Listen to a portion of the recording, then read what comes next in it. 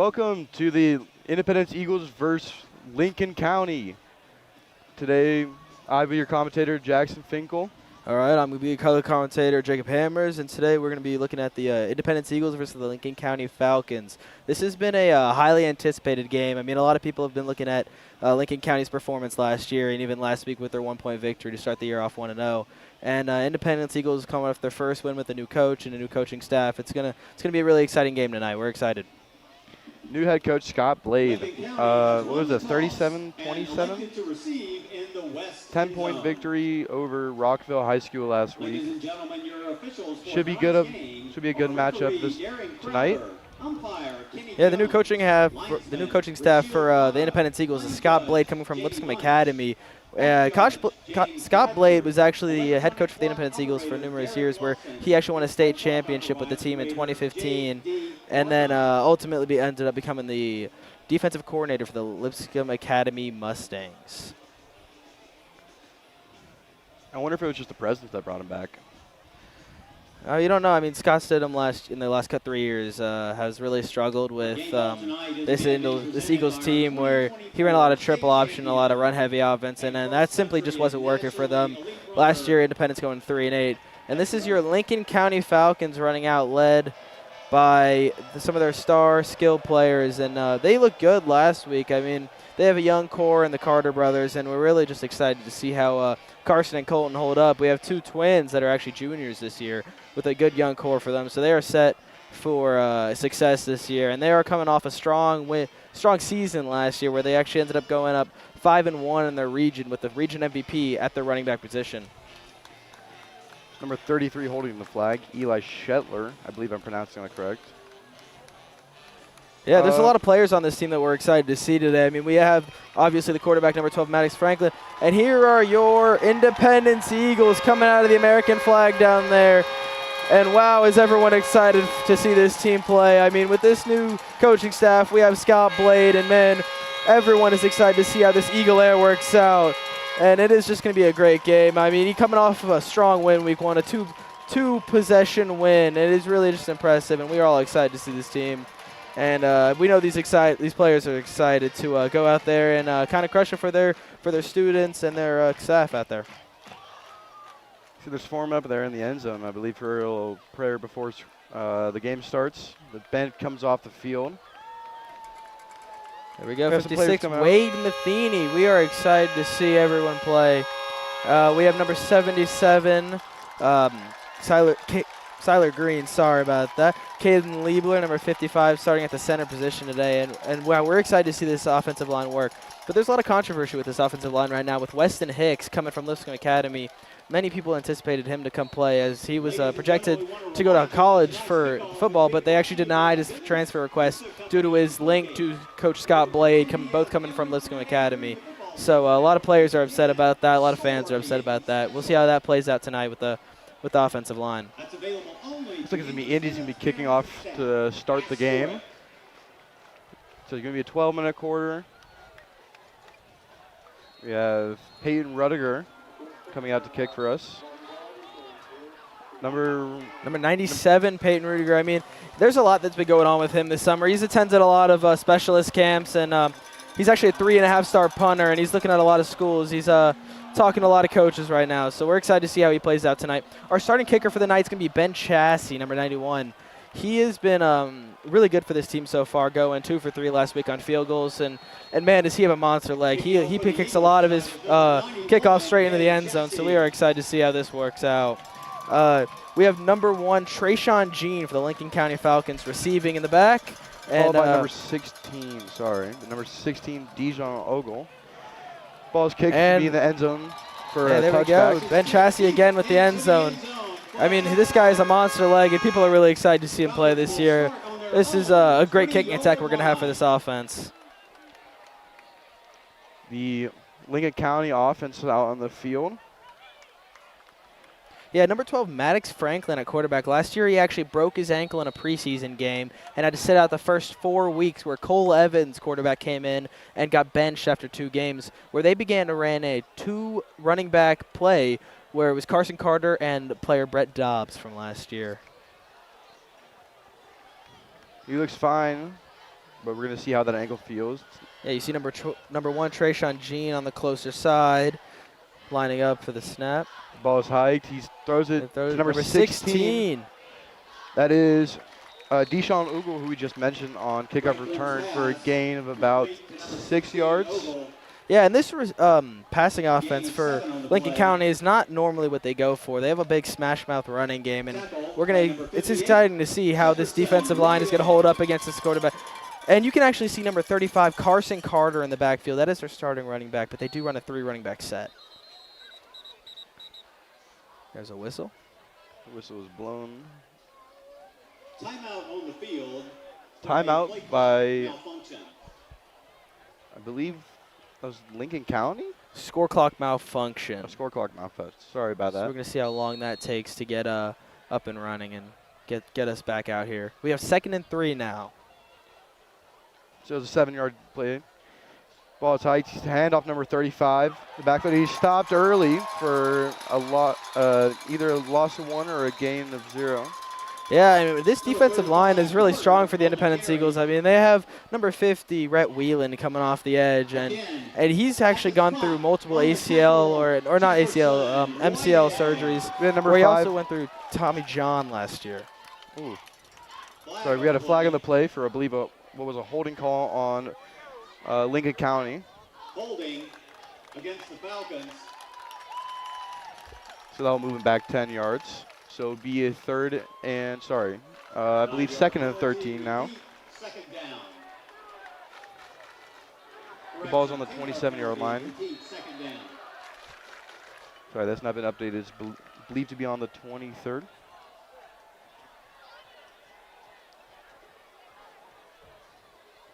Sorry, I'm going to correct myself, on the 13. Number 12 back in the end zone. I believe that is 35. It's going to be a fake play. He's going to throw it out. And it is tipped off. Tip on the ball. By number 7. That is number 7, Blaze Katina. I mean, he is a strong guy, and he comes from a strong family where Steele Katina was a star wide receiver for this Independence Eagles team 2 years ago. And man, is the legacy in that bloodline fantastic. I mean, he just comes from a strong line of people, and he is one of the stronger players on this team, coming out the outside linebacker position, where he also mixes in as a tight end sometimes. I believe he did get his safety last game. Yeah, I mean, he's really versatile. He's a big guy, but he moves really fast. So we're excited to see how he plays the rest of this game. Line it back up, motion from number 8. We move to the right side. High, it's going to be a pass play. Number 12 breaks off. He's going to throw it deep. It's going to be broken up. And intercepted by number 19. It is intercepted by your Brody Independence Bullock. Eagles. That is Eagles ball. Brody Bullock. And on the, what is that, the 4th or 5th play of the game, it is picked off into Eagles possession. Wow, this defense is strong. I mean, our cornerbacks, well, they might have struggled at some points last game when the rain came down. They are really good, and we are excited to see them lock down these DBs all game. I mean, they are working great. If you could see number 5 closest to us on the broadcast, that is Hendrix Harvey, who won Athlete of the Week in Middle Tennessee last week. So we are excited to see how he can perform today. Matthew Horner, number 11, motions number 3 over. It's going to be Kura. It's going to be up the field. It's going to be tripped down for about a 7-yard gain. Yeah, we're excited to see how they use their motions. I mean, with Coach Scott Blade coming into play this year, I mean, they are focusing a lot more towards a passing attack where they're going at Eagle Air is what they're calling it in the locker room. So we're really excited to see how this new offense of an air raid and spread is going to work out for this team compared to the what they've used in the past with the triple option with Coach Stidham. I mean, we're excited to see how the air works and how we're going to really utilize this passing offense to push our downs down the field.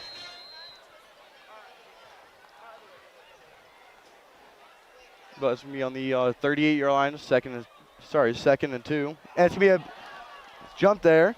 It's going to be a first down. It's going to be a break off the tackle. I believe that is number 2. That is Torrey King. We have a lot of running backs in this field where we have Torrey King, Josh Neves, Eli Garlington. Eli Garlington with a touchdown last week, actually. Number 21 is not currently on the field. But this running back room is absolutely stacked, and they have 3 people that they are able to kind of substitute out and work around. So we're really excited to see how they can utilize. It really does not come into play when you have this many people. Just an absolute versatile back room. I believe that's going to be on Lincoln County, I believe. The ball's going to be placed at the 43-yard line. It's going to be first down for the Indy.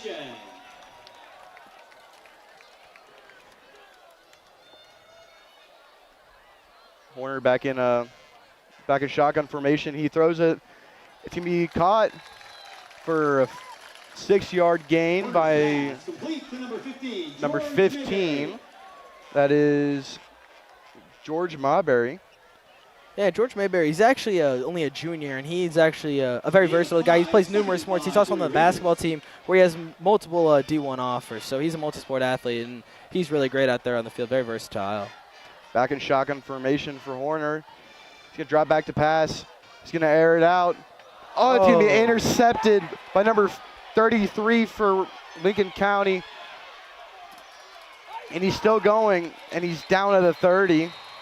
Yeah, that's an unfortunate play for Matthew Horner. I mean, he's had a couple slip-ups this year where he kind of loses his focus and just gets the ball down there. He was hit as he was throwing, which is unfortunate, but that one was straight to the defender. There's really no excuse for that one.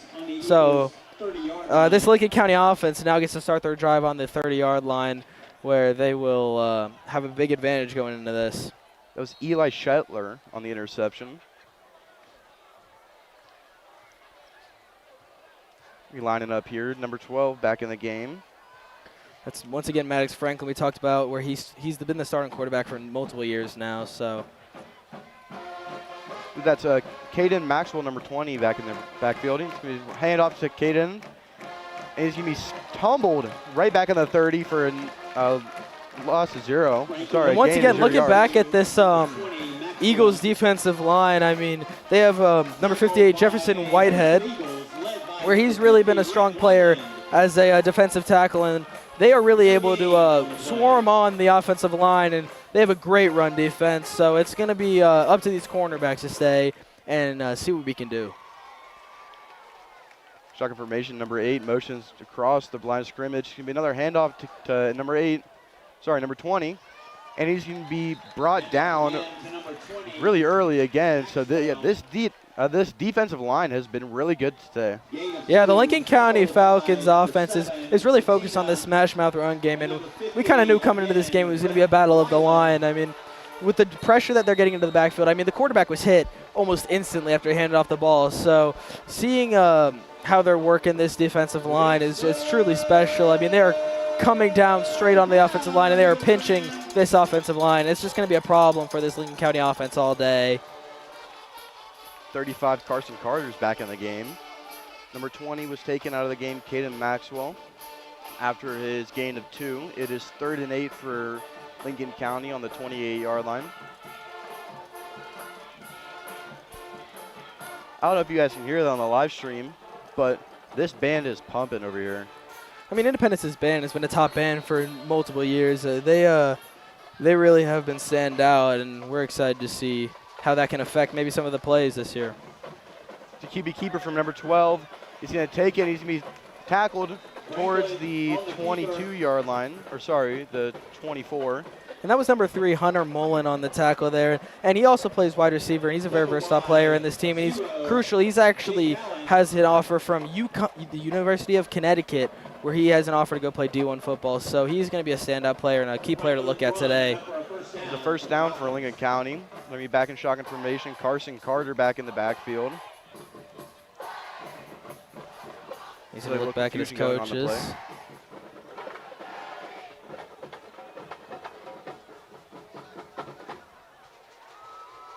Yeah, we have 6 minutes and 50 seconds left in the first quarter. Not too much action left until here we have 35. That is a touchdown for the Lincoln County Falcons. That is Carson Carter. And, man, is this young core for the Lincoln County Falcons really strong with Carson and Colton Carter. I mean, these are two just fantastic athletes. So that is kind of what we talked about earlier. They're really a run-heavy offense, and that really just showed there in the last few plays where they were able to get through the defense and really get down the field there after the interception. I believe that is number 48 for the extra point. Gatlin Mole. Yeah, that interception is going to prove to be crucial today. I mean, we just can't be giving the ball away super easily. So, I mean, as this Independence Eagles offense continues to give the ball away, it's just going to cause more problems like this. Giving the Lincoln County Falcons the opportunity to start on the 30-yard line is never going to go well for them. And this running offense is really persistent. So it's going to cause this defensive line and secondary some problems today. Before the end of the first quarter.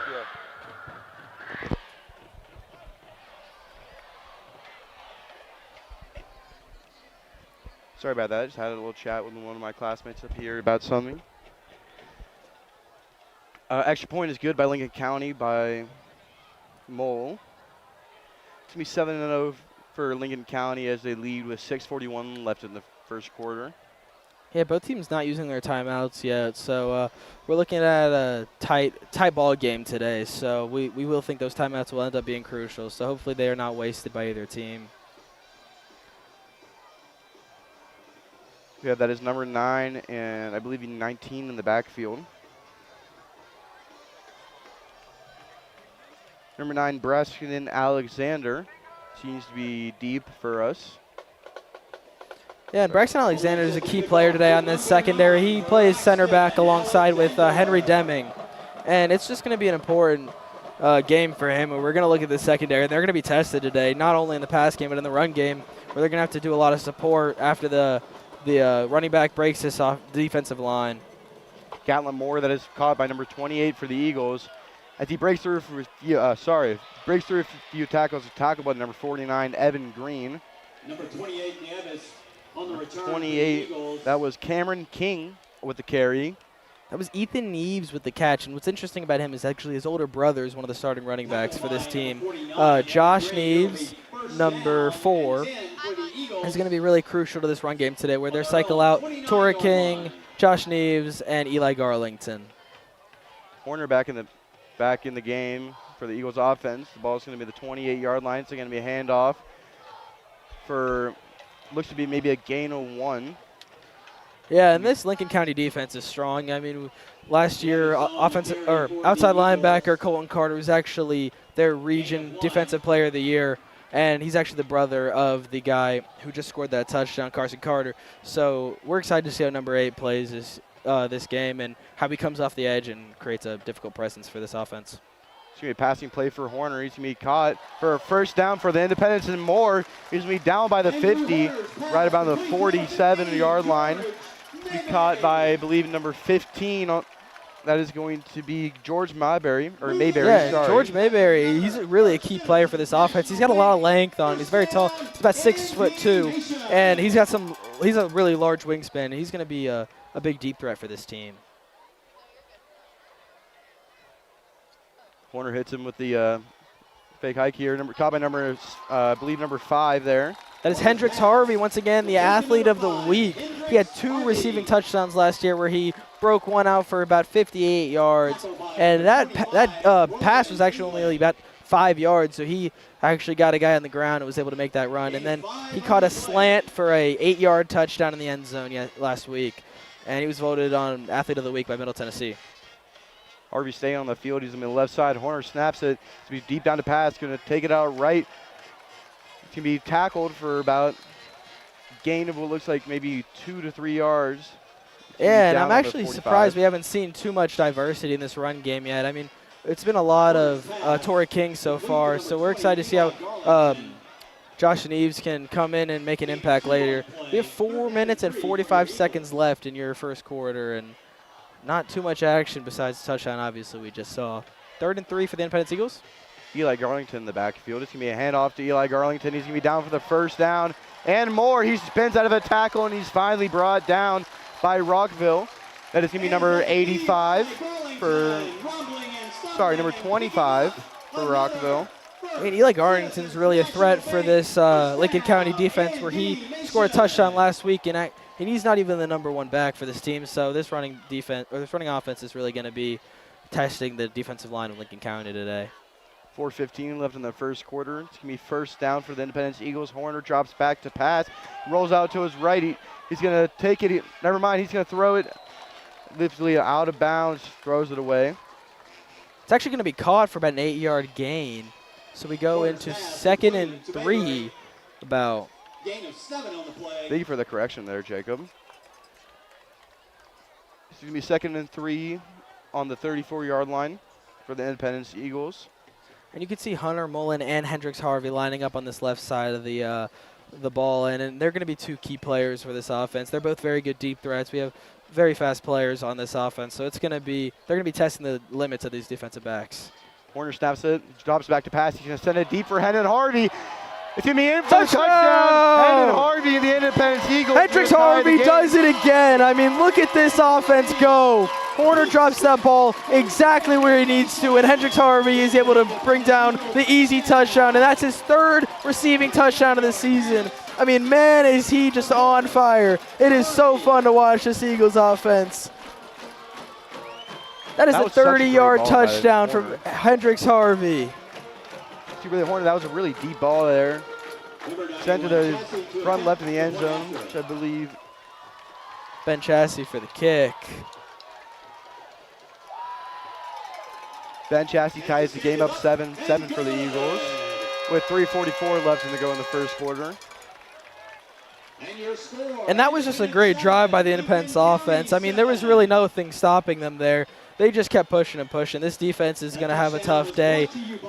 There's just no pressure going to the quarterback right now. I mean, Matthew Horner has so much time back there, and it's going to allow for this ability to let it fly. And good on Hendricks Harvey for finding the gap in that defense. Look, they were dropping a cover 3, and he was able to beat the safety deep and just get a pass straight into the bucket.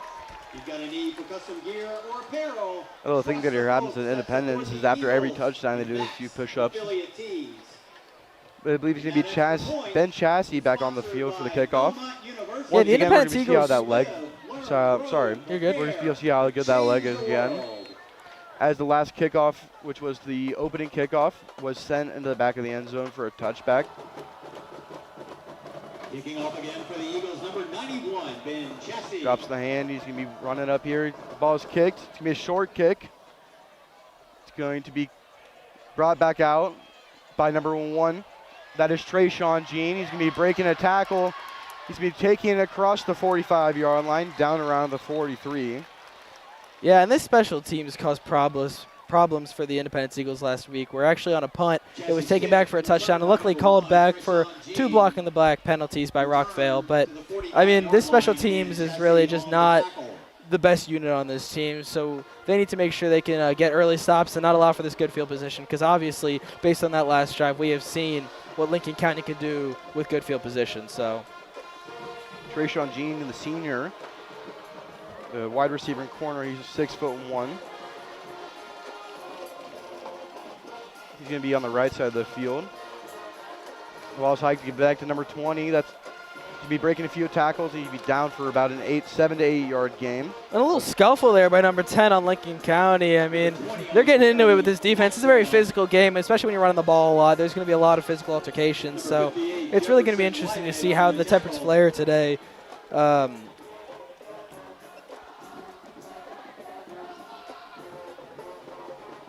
Lincoln County comes back out onto the field. Maddox Franklin still in the game. We have number 20 still in the game, Caden Maxwell. Ball is hiked. It's going to be a fake snap. It's going to be thrown in deep down the field. It's going to be overthrown to number 10. Number 10 is Carson Mays, the junior.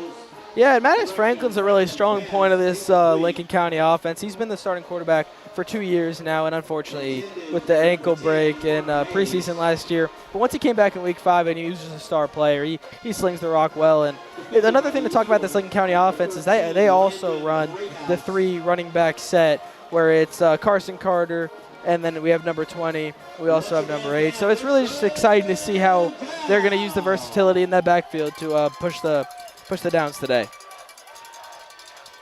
Maddox Franklin back in shotgun formation. He's going to hike the ball, hand off to number 20. That is Caden Maxwell. to be breaking a few tackles, but that looks to be a first down for Lincoln County. Yeah, and Lincoln County actually has a really big O-line, which is going to be difficult for the Independence Eagles to stop as they have a relatively small D-line.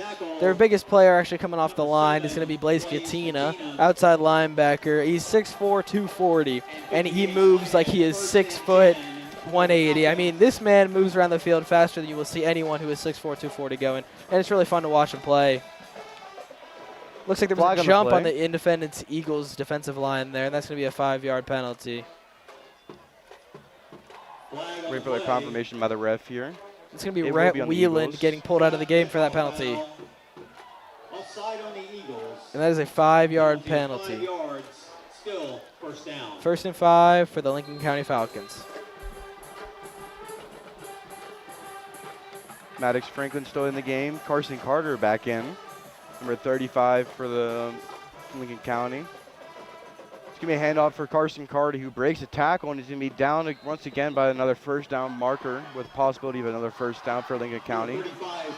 Looks like we're going to have a 2nd and 1 here, but, I mean, this Lincoln County offense is running all over this defense. It looks like Independence is kind of lost out there. They can't do anything to stop right now, so we're going to see if this defensive line is going to step it out throughout the game or if this Lincoln County offensive line is going to continue to push through and create gaps for these running backs. I think they really found their rhythm here with the run game. As we haven't seen the passing game go too well, but they've really found some strong offense in that run game as they have had before in last year, the prior game.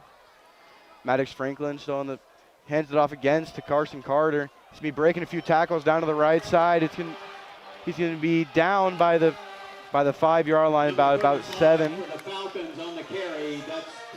And that's just another example of how this Lincoln County offense is going to run. They are going to run the ball in, they're going to run the ball out, and they're just going to keep this defense on their toes. And unfortunately, with this smaller defensive line, they are getting pushed around by this Lincoln County offensive line. So we're going to see how the defensive backs in the secondary can adapt to this run game and get some tackles off the edges. It's going to be first and goal for Lincoln County on the 8-yard line with 1:02 left in the first quarter. Game is still tied up 7-7. Maddox Franklin back in shotgun. Hands it off to number 24, who we haven't seen in the game yet. See flag on the play. Flag flies. He's going to be down before the end zone. Smith, flag on the play. Number 4, that is number 24, that's Chandler Smith with the carry. And it looks like that's going to be a holding on the Lincoln County Falcons, which is something that's their second holding penalty of the game. We're in the first quarter. We only have 54 seconds left in the first quarter, and that's already 2 holding penalties. So we're going to see how that can affect this team later in the game. I mean, they could have been on the about 3-yard line there, and instead they're back down on the 20-yard line. So 98, John Weir, sophomore, defensive tackle, comes out the game. First down and goal from the 18. So that sets it back 10 yards for a 2nd and 18 on the 18-yard line. Yeah, I'm excited to see how this Lincoln County offense comes alive. I really hope we can see more of this passing game and not just this strong running game that's been working for them. So there's no reason to fix it right now. Back to number 35, Carson Carter, who takes it. He's going to be taken down for a few yards on the play for about the 15-yard line. Yeah, and they're really going to put Carson Carter to work last year. I mean, last year he actually averaged almost 85 yards a game, where he was still playing behind star player Brett Dobbs for this Lincoln County Falcons offense. Brett Dobbs was the regional MVP with 1,750 yards last year and 22 total touchdowns. I mean, it is really impressive what he did. And that's going to be the close to the first quarter. We are end the first quarter at 2nd and 7 with 2nd and goal from the 15-yard line for the Lincoln County Falcons.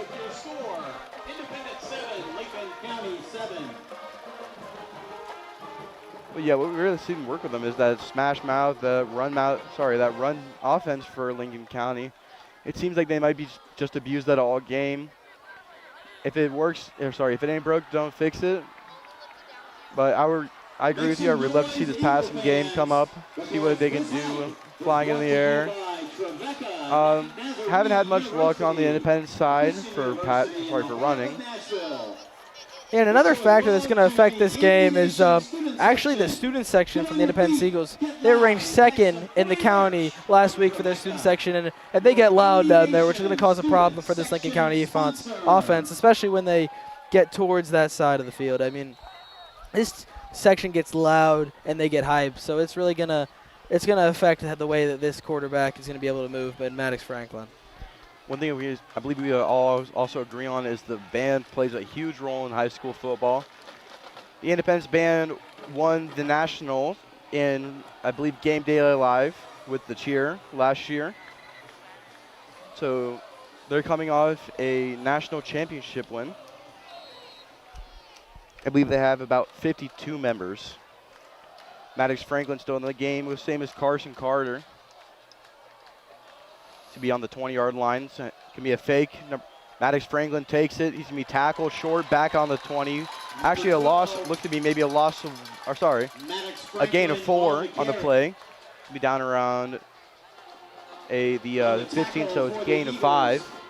And he was really just swarmed by this Eagles defensive line. I mean, there was about 5 players in the backfield before Maddox Franklin even had the chance to think. I mean, you saw this Lincoln County offensive line almost 10 yards down the field, and it's impressive to see the way that these small and athletic defensive linemen for the Independence Eagles get through this offensive line. And it's just going to be a big factor, especially with Blaze Katina back there. I mentioned before that they might be small, but once they get that chance to get in the back of the end zone, they're able to take it down. It's going to be 3rd and goal for Lincoln County.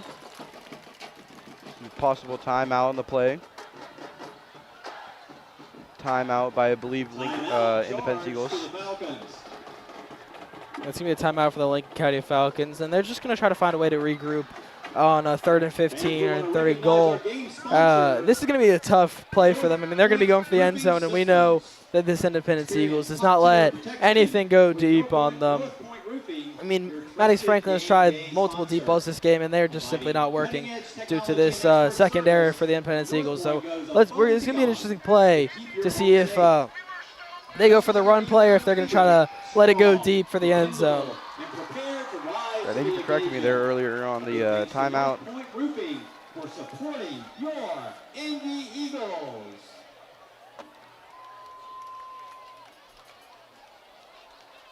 And fans, if you are not that deep ball has not Indy worked at all gear, for them tonight. If you are not wearing Indy gear, run to the east side of the home stands and see the Indy Touchdown Club Spirit Wear stand. And we're going to see Carson Carter in the game once again. I mean, he is really the main player of this offense, where him and his brother Colin are just 2 star athletes on this team. And the fact they're only juniors sets up this team so well for the future. And it's really going to be an impressive season, not only this year, but next year, too, when they have both these brothers back again.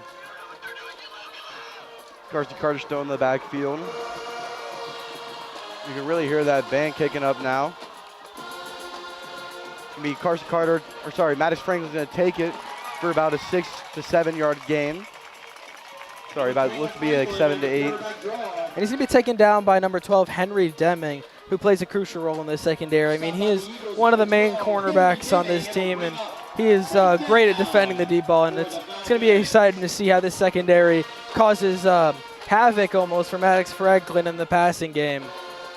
As you saw earlier, I believe that was Brody Bullock earlier with the interception. Number 48, Gatlin Mole. So yeah, I believe Brody Bullock earlier with the interception. Attempt of 24 yards.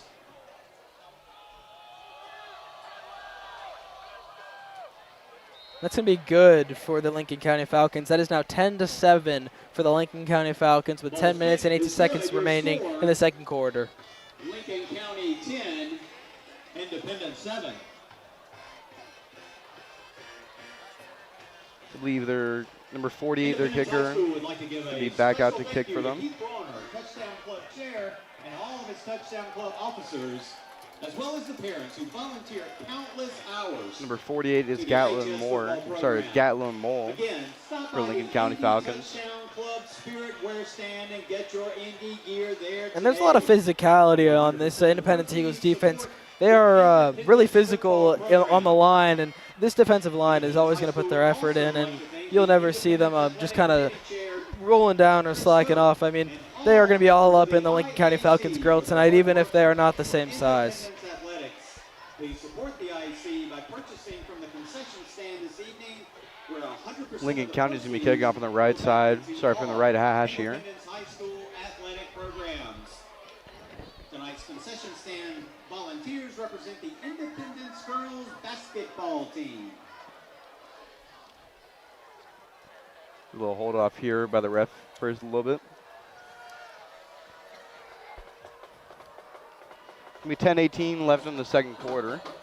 Looks like number 4, Josh Neves, is back to receive the kick. But as we saw in the first kick by this Lincoln County Falcons team, they like to go short and high. So we could see any of these players taking it back for a return. I believe we saw that last kickoff. I believe that was number 28 on the last kickoff, Cameron King, who took it back. So we're going to get rolling here. So yeah, that's Gatlin Mole for the Lincoln County Falcons to be kicking off. Let's kick off again for the Falcons. You know, Independence Eagles were the favorite coming into this game, and being down in the second quarter is not necessarily ideal for them. But, I mean, they know they have a strong team chemistry in the locker room, and we're just excited to see if they can come back and how they can manage the rest of this game.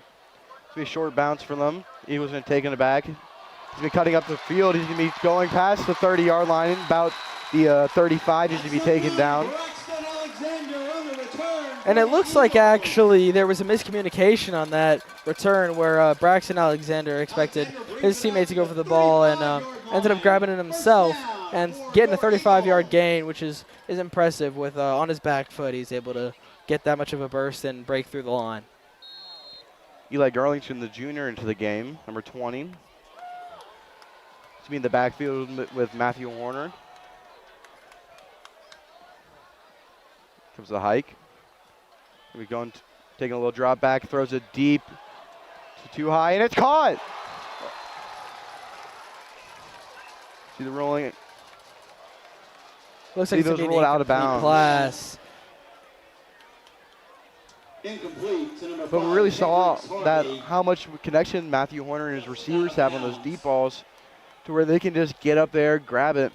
I mean, that's Hendricks Harvey again. He already has the deep touchdown, and I mean, that's a main target for Matthew Horner. I mean, with him winning Athlete of the Week, it's going to be a special year from him. There's Garlingston still in the game. Ball snap, Garlington's going to take it.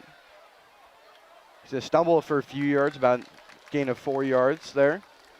Yeah, and this rushing offense for the Independence Eagles is so versatile. Eli Garlington not getting the majority of snaps and also being the youngest out of these running backs, and he's still able to get 4 yards on a play that almost entirely crumbles. It's just exciting to see the difference in running back play styles that we have in the backfield. Work calls for the snap. He's going to take it.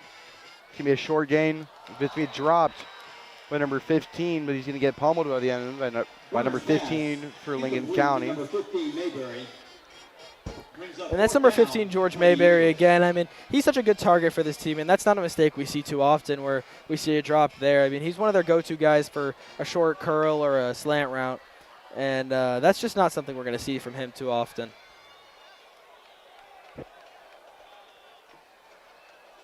Horner looking back to his coaches.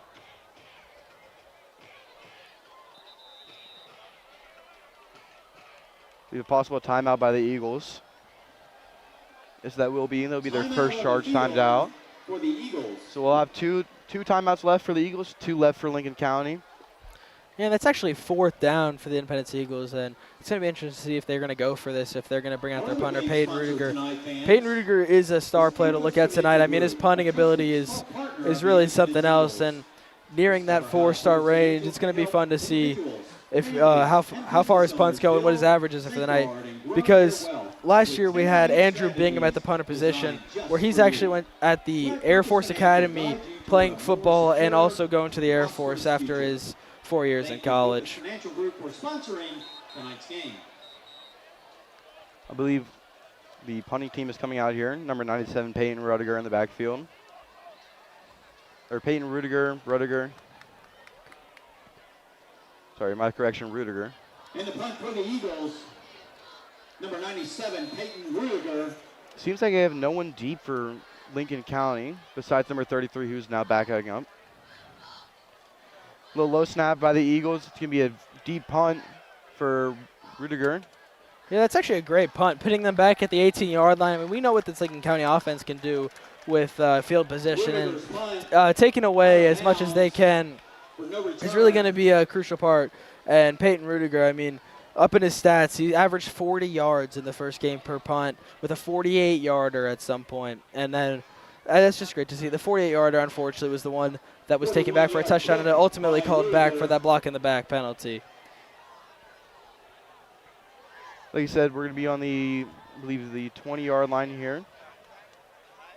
We can really see them get going from deep in their own field, as we saw about a few drives ago, where they couldn't get much going on the passing, but they got the down on the run game pretty well. Yeah, and I think the main goal for this Independence defense is keeping them out of the red zone. I mean, the kicking for Lincoln County is not necessarily as strong as you see in the NFL. So as long as they can keep them out of that red zone, it's gonna be tough for the Lincoln County offense to get some points today. That's a handoff to number 20 for Lincoln County. Number 20, that's Caden Maxwell.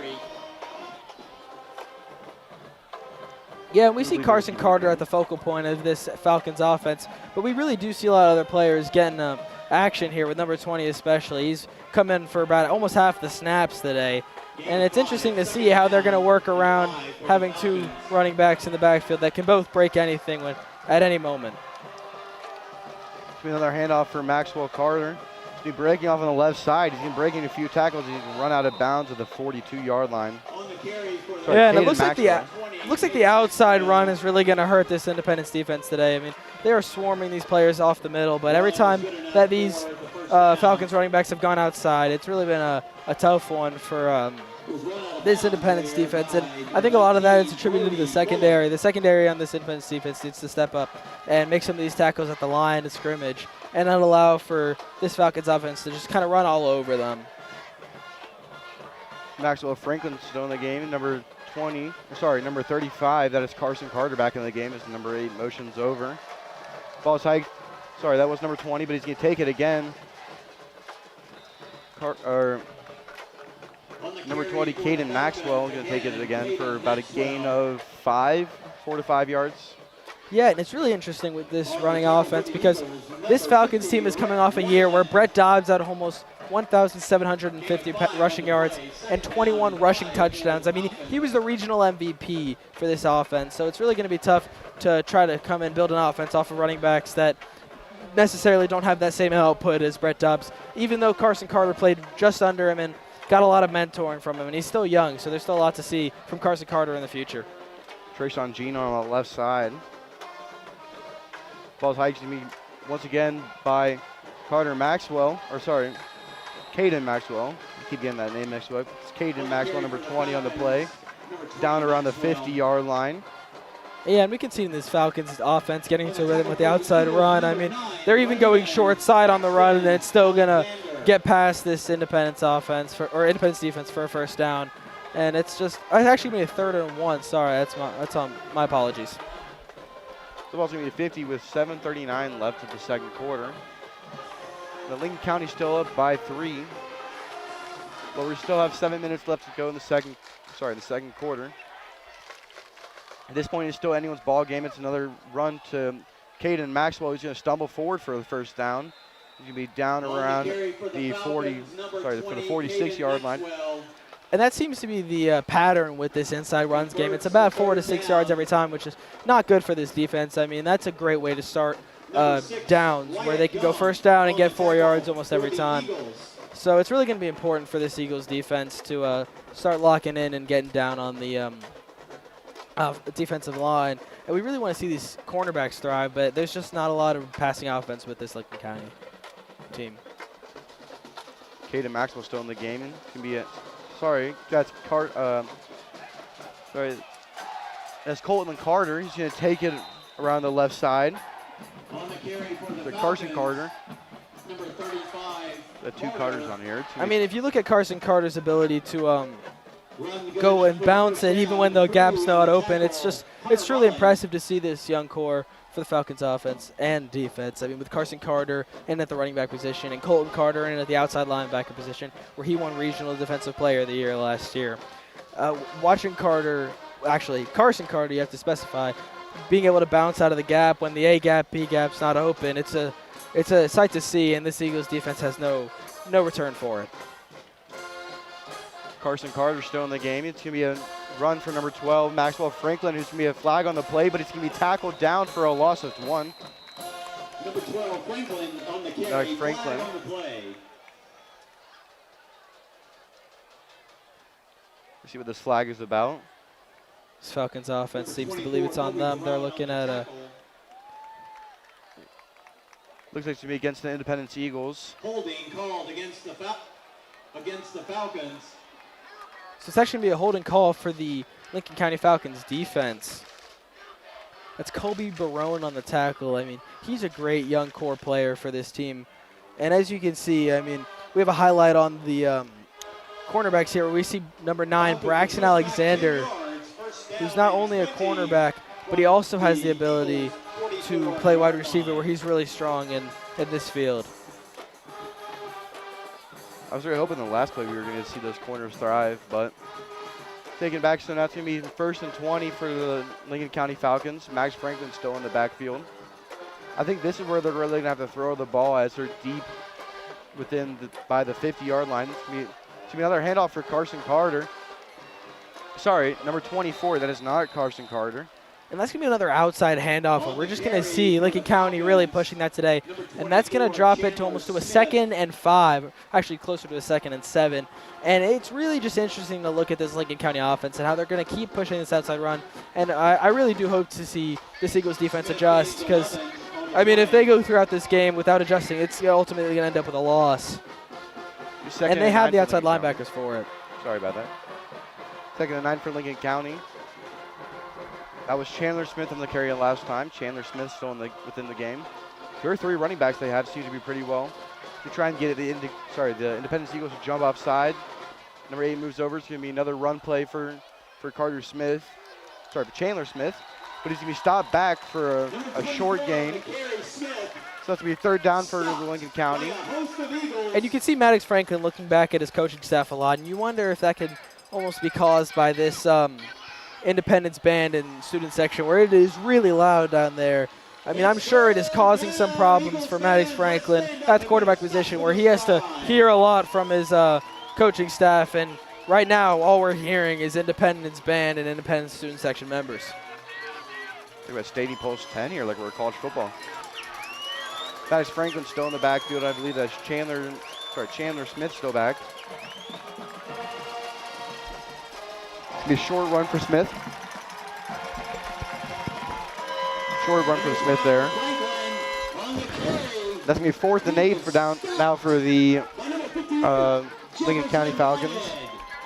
Yeah, it's going to be interesting to see if this Falcons offense goes for the kick or if they're going to try to go for this 4th and almost 6 yards. I mean, we know that this offense has been rolling, but this is a lot of confidence to put in this Falcons team to go for it on a 4th and 6. But it looks like they're going to keep their offense in the game and go for it. And you see Carson Carter subbing in now for Chandler Smith. So it's going to be an interesting sight to see what they're going to do with it, if they're going to go for another outside run or finally try to open up this passing game. Yeah, it looks like Maxwell Franklin is still on the field, but I believe they're going to call timeout here and possibly bring on the kicking team. And that's going to be a timeout to the Lincoln County Falcons with 4 minutes and 20 seconds remaining in this first half. And going into halftime is going to be a big momentum shift if the Independence Eagles can get a big stop here and try to go for a score on their next drive. I mean, their last drive was not great where they were ultimately forced to punt, but we're excited to see how Matthew Horner can open up this passing offense and even allow Torrey King, Josh Neves, and Eli Garlington to open up the run offense.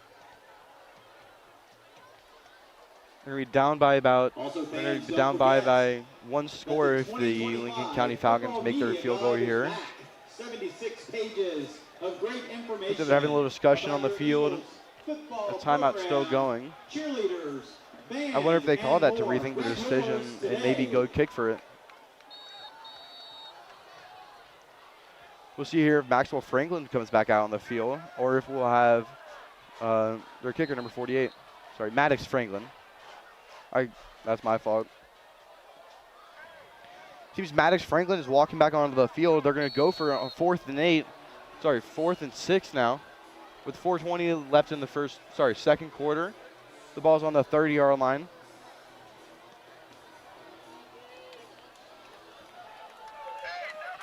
Carson Carter back in the backfield. We've really seen out of him is just really good outside threat. Once he gets out there, Maddox Franklin's going to pass it. He's going to run through it. He's going to pass it. And it's dropped. Turnover on downs for the Independence Eagles. It's going to be dropped by number 8 for the Falcons. And that actually looked like it was an open pass. It looked like the Falcons were about to score a touchdown there, and that's a great throw from Maddox Franklin. And just an unfortunate drop from this Falcons offense. But now the Independence Eagles have a chance with about 4 minutes and 13 seconds left on the clock to go down and score a touchdown and give themselves some momentum going into halftime. Number 8, that was Colton Carter, the junior who plays offensive linebacker and fullback. Yeah, that's brother of Carson Carter, who you can actually see out on the field at the safety position. And the versatility of these players is simply incredible. I mean, they do it all out there, and it's just unfortunate to see a drop like that. Warner turning, shifting. He's going to look deep, and it's going to be overthrown to number 15. It's going to be just deep. I mean, it looks like George Mayberry was actually getting caught up with number 15 on Lincoln County, and it just caused him to not be able to get to that ball fast enough. But, I mean, Matthew Horner and his receivers really do have some great chemistry, and it's fun to watch the deep ball and how they've been letting it fly out, especially with Scott Stidham last year as their head coach, where there was almost zero passing. And even the year before that, it's just the passing game coming back to this Independence Eagles is truly something great to see. Matthew Horner, he's 6'6" as a junior, so he's really able to let that thing fly. It's going to be a run play. It's going to be tackled short. And that's going to take it down to almost 3rd and 9, and that's not something you want to see as an Independence Eagles fan, where you don't want to see them going deep on a first down, where it doesn't work out, and ultimately running it on 2nd down and only getting 1 yard. You want to see this offense. I mean, they are calling it Eagle Air, so you don't want to see the Eagle Air not working and having to rely on this run game that might not be as strong as what they've been doing in the passing game so far. I believe Garlington is back in the backfield with Horner. Ball snapped. To be looking to his left side. That's right George Mayberry. George Mayberry breaking deep. He's going to be at 30. He's going to be 25 and brought down by number 33 on the Lincoln County Falcons around the 20-yard line. And George Mayberry's length is just such an incredible factor for him. He's able to break off the line and break a tackle because he is almost 6'3" as a junior. Number 33, that's Eli Shetler, who we mentioned a few times during this broadcast, brought him down on the 18-yard line. And there we go. That's what we see out of George Mayberry, that comeback after that little stumble and that drop earlier for, about a 50 to 60-yard gain on that play?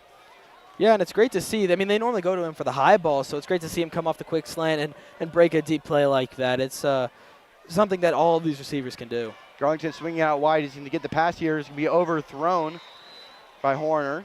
Yeah, I think it's actually a benefit for that Eagles offense that ball was overthrown. I mean, the pass to Garlington would not have gained the yards. He was about 3 yards behind the line of scrimmage with a player right there to tackle him. So you guys see him get bumped at the end of that play as well. Yeah, and there's been a lot of physicality with these teams. I mean, there's always going to be physicality on a tough game like this where there's a lot of running going on and a lot of play down in the trenches in the offensive line and defensive line. So it's interesting to see how the tempers will flare throughout the night. Number 2, Torrey King coming into the game. With 2:58 left in the second quarter, your Independence Eagles are down by 3. See what Matthew Horner's got up here. He's going to be a handoff to Torrey King. He's going to be breaking through for about a 5-yard gain. Yeah, and it's good to see for this Eagles offense getting the run game going. I mean, that's not necessarily their focal point this year where they like to throw the ball and let it fly, where you saw in that first touchdown to Hendricks Harvey. So being able to get 5 yards there and give themselves a good opportunity at 3rd down and 5 yards. We're going to see what this offense can do. And we're going to see we're going to look see if they pass this ball or if they're going to hand it off to Torrey King again. 3rd and 6 to go on the 14-yard line. This touchdown here is crucial to take the lead in the first half. To be thrown out to the left side. And that's caught for a touchdown for the Independence Eagles. And then it's a touchdown for your Independence Eagles. And they are going to take the lead. I mean, that is a great play. He had almost 3 defenders on him, and that's just a fantastic pass by your quarterback, Matthew Horner. I mean, his ability to get it past those 3 defenders and get a touchdown. I mean, it is incredible to see this Eagle Air offense working, where he can just drop that pass, and it is such a great catch and pass by this offense. You can really see that Scott Blade effect coming to work here, as Horner is letting it fly, as the extra point here is good to go up by 4 with 2:11 left in the second quarter. Yeah, and it's going to be interesting to see this next drive, where you're going to see this Falcons offense working in the 2-minute drill, which is not necessarily their specialty when you have such a strong run game where the clock's always running. So it's going to be interesting to see if they're going to decide to let it fly, or if they're going to continue to try to run this ball down the throat of this Eagles defense.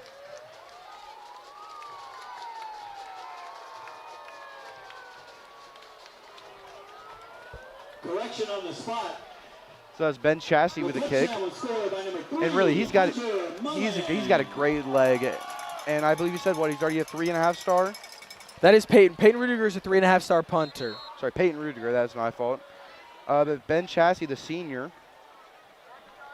I mean, he puts these kickoffs into the end zone almost every single time. His ability to put this ball in the end zone off the kickoff is truly something impressive. And he actually mishit the ball on that last kick that he did, but that first one was really representation of what we've seen this season from Ben Chassie.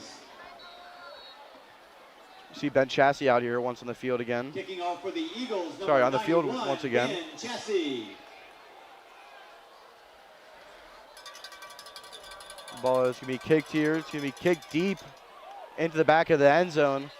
Yeah, wow, that's going to be another touchback for him. He has a fantastic leg. I mean, you will see him boom this ball, and he's actually confident he can make over 50 yards in a field goal. I would say that was more about 70 if you take it to the back of the end zone. But yeah, I mean, he's coming off a tee here, and it's just impressive to see how he puts this ball in the end zone almost every time, and he's just got a monster leg on him. And him and Peyton Rudiger actually had a competition for this kicking spot, where Ben Chassie ultimately prevailed, but Peyton was able to get that 3.5 star punter and become the starting punter for this Independence Eagles team. Maddox Franklin back out on the field for the Falcons. I believe that's number 20 back in the game for the Falcons. So that's Caden Maxwell. And you see Trayshawn Jean on the closer side of your screen, and this play is going to be whistled dead. And we're going to see if that's for a timeout or a flag call. Dead ball. Delay of game on the offense. It'll be a delay game on the offense. So it's going to move it. It's going to move it back about 5 yards. Yeah, and that's just not something you want to see. I mean, this Falcons offense already has almost 3 penalties with the 2 holding calls, and a delay game in an almost 2-minute drill is just not necessarily ideal. So we have 1st and 15 for the Lincoln County Falcons coming into this drive.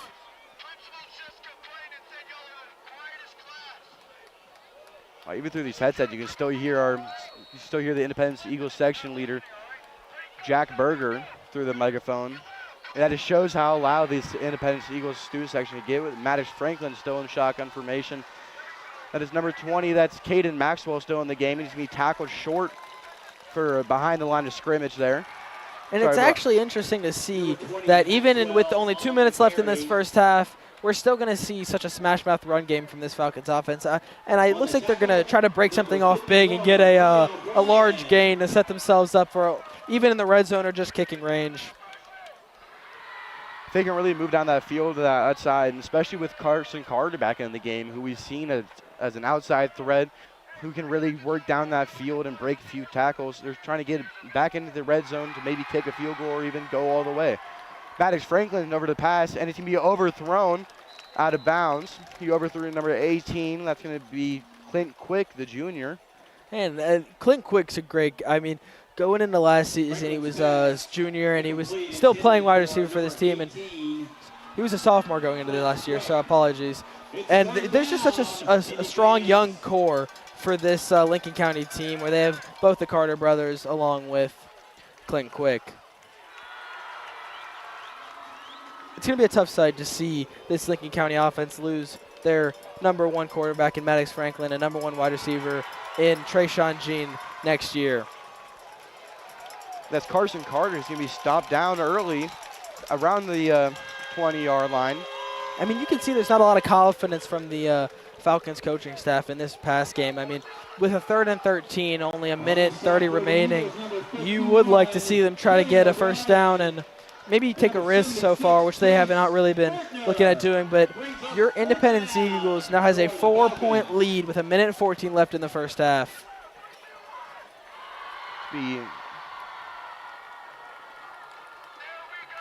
Possibly an uncharged timeout here, possibly by the refs. As Independence Eagles still has two timeouts with 1 to Lincoln County.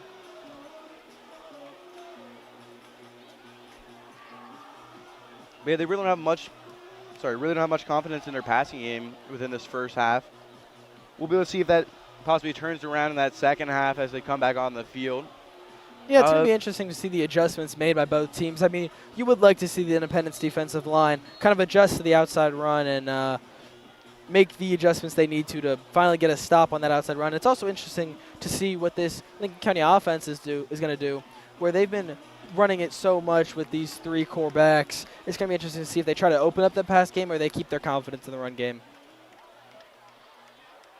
So they're going to be back deep with her 4th and 12. They're going to bring out their punter.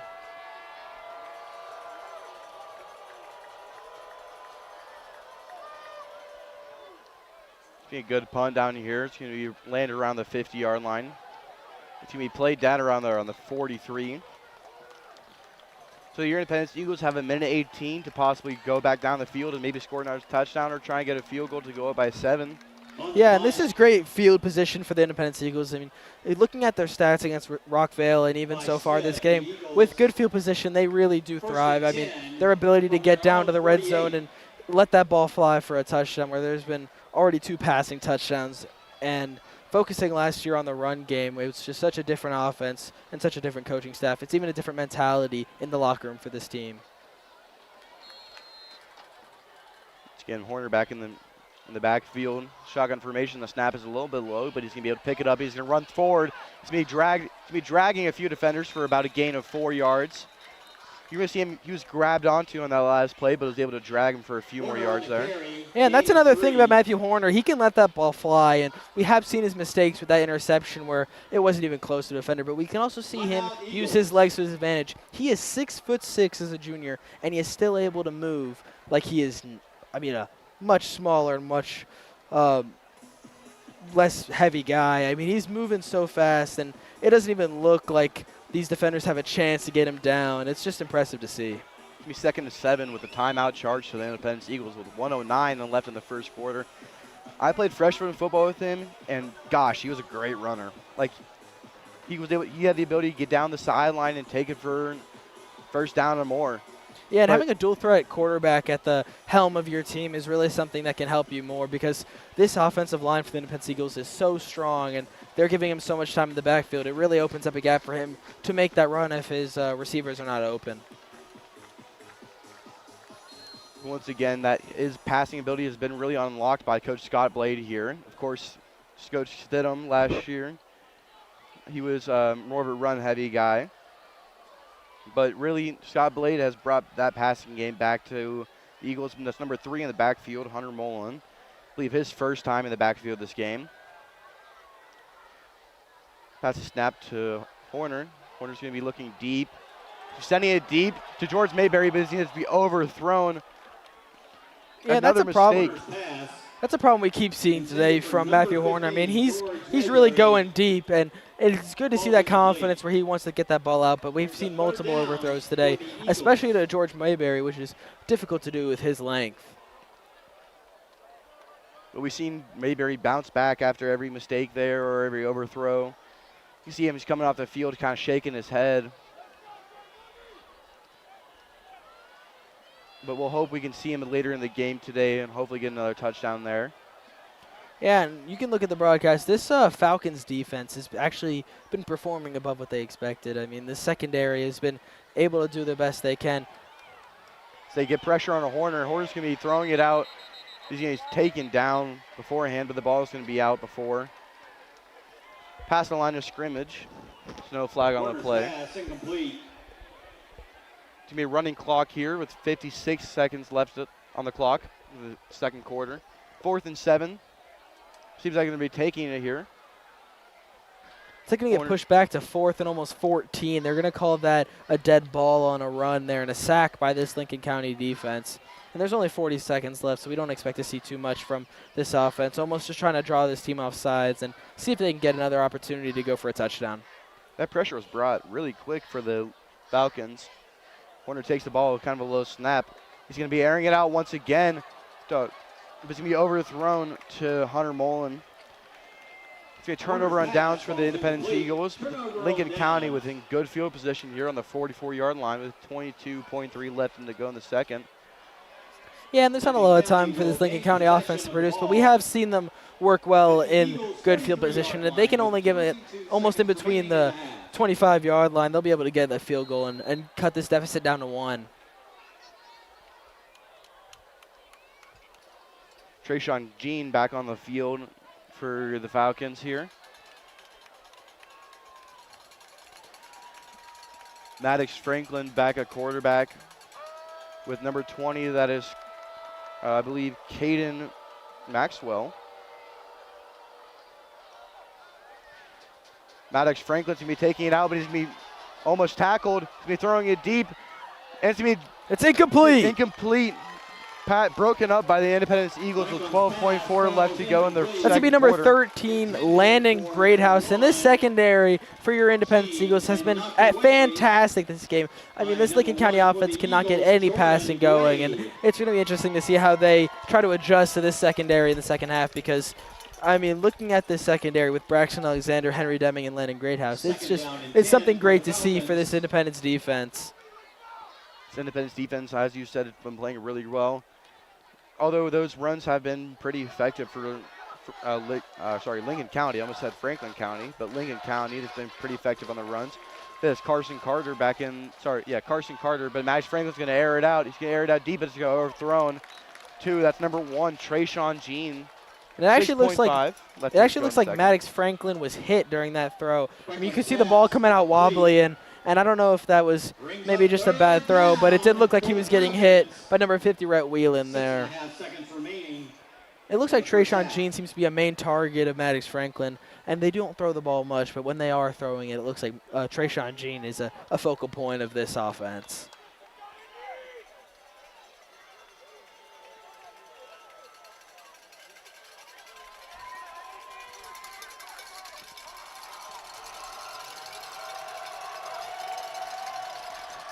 Trayshawn Jean, I believe, to be the leader of their receiving yards last year. That punt that's going to be caught and taken down around the 6-yard line, caught midair, which was pretty spectacular to see there. And that's going to take us into halftime. Thank you guys for watching the first half of this broadcast. And it was a really great game to watch. Independence going in with a 4-point lead, 14-10 going into halftime. We'll be back in about 20 minutes. And it's just been great to watch this Independence Eagles offense work and even see this Lincoln County offense work. This run game has been truly spectacular, and I'm excited to see the adjustments that come into this second half. Fans, hang around.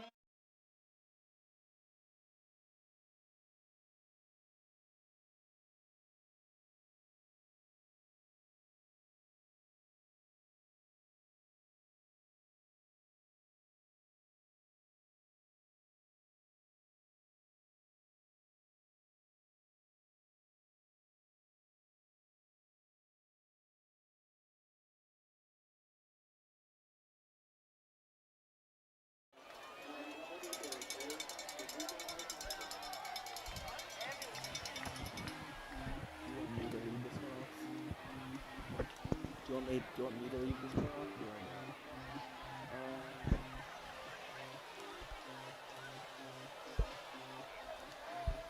Welcome back, Indy Nation. I am Jacob Hammers doing your color commentary tonight.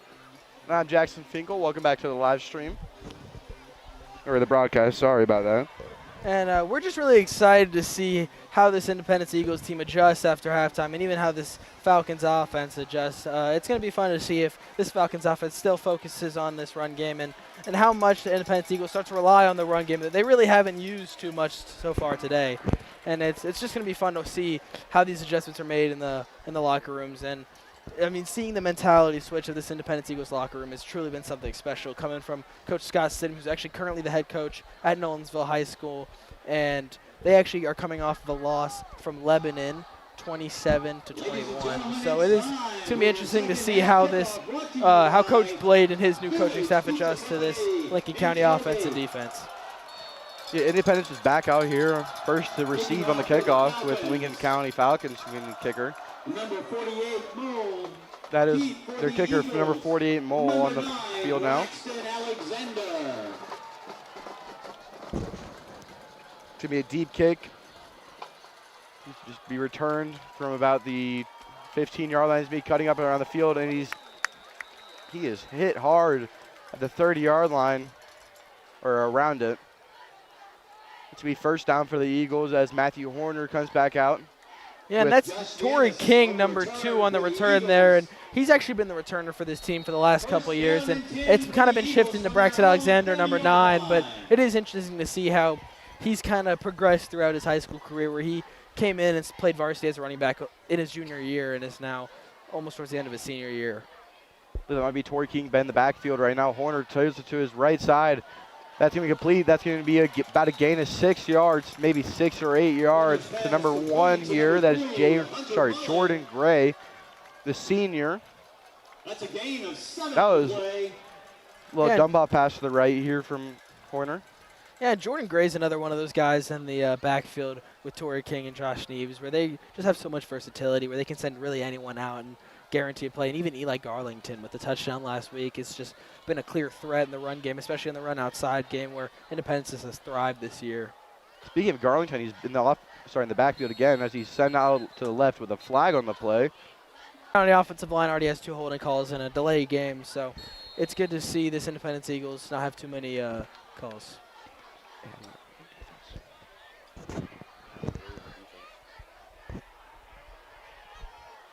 Horner still in the backfield with Garlington back.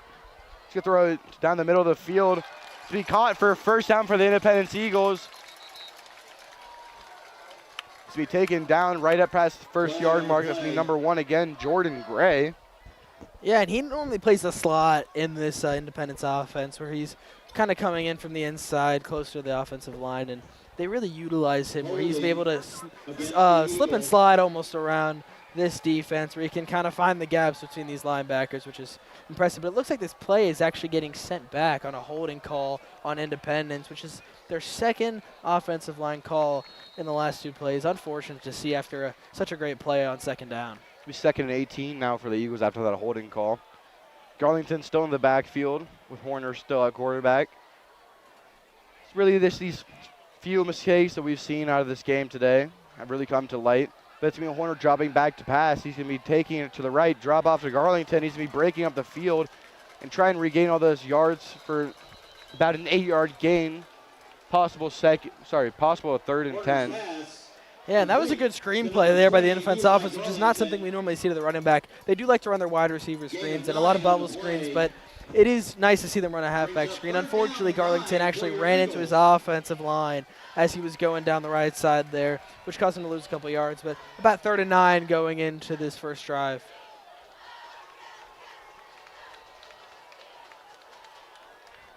See Garlington still in the game here after that screen pass.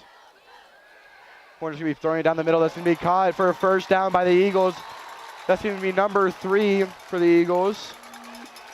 Matthew Horner's pass. Yeah, it's Hunter Mullen actually on the catch, and he's really an impressive receiver we've seen for this Independence Eagles team, where he actually has a D1 off from the University of Connecticut, which is a very good school, and it really looks like from his 7-on-7 film and the way he's kind of conducted this receiving core, it's been really fun, really special to watch him play. Of course, we saw that overthrow earlier by Horner, but he's going to take it, give it to Eli Garlington. He's going to take it for about a 2 or 3 yard gain, cross the 50.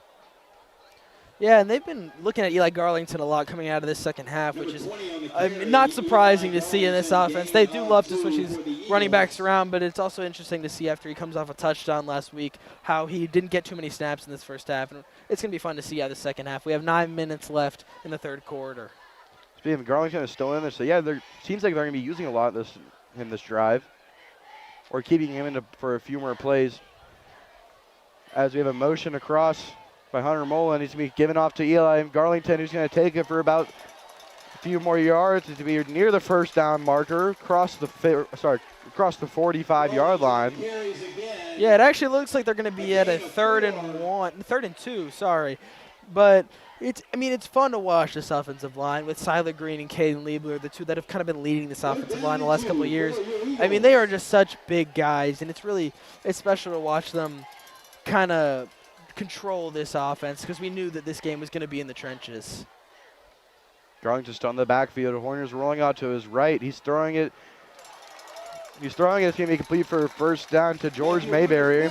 Sorry, I mixed up the name there. That's George Mayberry again, coming back off of an unfortunate overthrow from Horner at that last drive of the first half. And it's really great to see how he has the self-confidence to come back from any of these unfortunate drops or overthrows.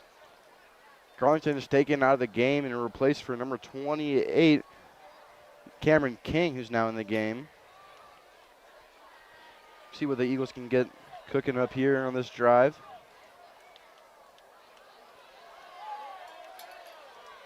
Horner walking up. Horner looking for his left side. He's throwing it deep down the field. It's being caught. Touchdown, but Eagles! dropped through the hands. It's going to be dropped. Ball placement was there, but just dropped right through his hands. Very few mistakes that we've seen that have just been magnified, and we've seen a few more out of this second half team. Yeah, I mean, coming straight out of the second half, the Eagles kind of look shaken up. They don't look as sharp as they did in this first half, which is not going to be good for them to kind of complete this game. And with the lead they have right now, it's going to be a little bit of cushion, but it's not going to be enough for the amount of mistakes that they've made so far. So Horner still back in shotgun formation with Cameron King back at running back. He's going to get a handoff. He's going to be pushed for a few yards, possibly maybe in a first down. He's going to get it and a few more. He's going to keep going. And that's just another obvious effect of this big offensive line for the Independence Eagles. I mean, you saw their number 55, Caden Liebler, just really pushing his way through and allowing for this Eagles running offense to get 12 yards. I mean, this game is truly being played in the trenches, and this Eagles offensive line has kind of been the focal point of this running game so far. What looked to be maybe around a 3 to 4 yard gain got pushed for a first down as he is still in the game. Cameron King still in the backfield. Horner's looking to his right side. He's going to be throwing it. Oh, and tipped away just out of reach. Yeah, Matthew Horner there had kind of a throw off the back shoulder, which was never going to be an easy throw, easy catch to make for George Mayberry, even with the length and the wingspan that he has. But it's really been so fun to see this Eagles offense transition from a running game to a passing game. I mean, there's so many more exciting plays to watch, and it's actually interesting to see the secondary of this Falcons defense where they've kind of been struggling with the deep ball, where they kind of lose these players deep past almost 15, 20 yards, and it's created a lot of opportunity for these Eagles. Horner drops back to pass, throwing out to his left side, but a little bit overthrown to his receiver. We've seen these mistakes that have been persistent in this 4 to 6 minutes of this first quarter, and there's an Eagles player down on the field. Yeah, and it doesn't look like he's going to be able to get up right now. That's never something you want to see, especially from this versatile running game. You really don't want to see that happen. Let's go back to that play there. Just seemed to be just a little out of his reach there, just a little bit of an overthrow. Yeah, Horner looks a bit sloppy coming out of the second half. I mean, he's just kind of missing some throws. And he did have a good throw to that catch on Mayberry, but that's just 2 plays in a row where it's making mistakes that we simply can't make if he wants to get into this end zone. And 3rd and 10 is going to leave him with a rough stretch. They have a little ways to go as they're down there on the field with him. Players starting to take a knee. Yeah, this is never something you want to see. You really don't want to see injury much in the game, especially from such a great player and someone that just contributes so much to not only the team on the field, but even in the locker room. From what it looks like, that's number 28 down the field, Cameron King. Yeah, and he's just been doing great this drive, and they really put a lot of trust in him this drive, him and Eli Garlington. It's just never, you don't want to see someone struggling to get up like that. And luckily, they've got him on his feet right now, but he is being helped off the field. What a spectacular player he's been in this game, with especially that first down that pushed him forward. But he seems to be walking up on the field with some help from the trainers, but it looks to be his knee currently. Yeah, it doesn't look like he's putting any pressure on that right knee, which is never something you want to see. I mean, we've had multiple ACL tears in this running back room, and you really hate to see something even come close to that again. He's getting helped off the field now. After the timeout, Yeah, but a huge shout out to our medical director, Miss Brandy. She has done so much good for this program, and she's just truly a highlight to this Eagles athletics program. Garlington in the backfield again. Horner drops back, looks to his left side.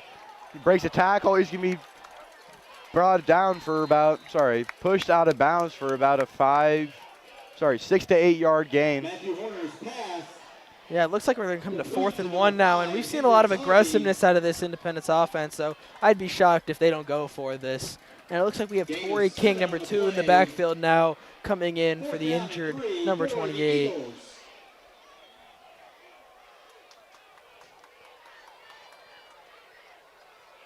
Good little play call here by the coach. Garlington still in the backfield. I believe that is Torrey King off to Horner's right side, who's in motion now, back to his right. Ball snapped, handoff to Garlington. He's going around to the right side, breaks a few tackles, but is tripped up, and I believe to be possibly a turnover on downs, and there's a Falcons player down on the field.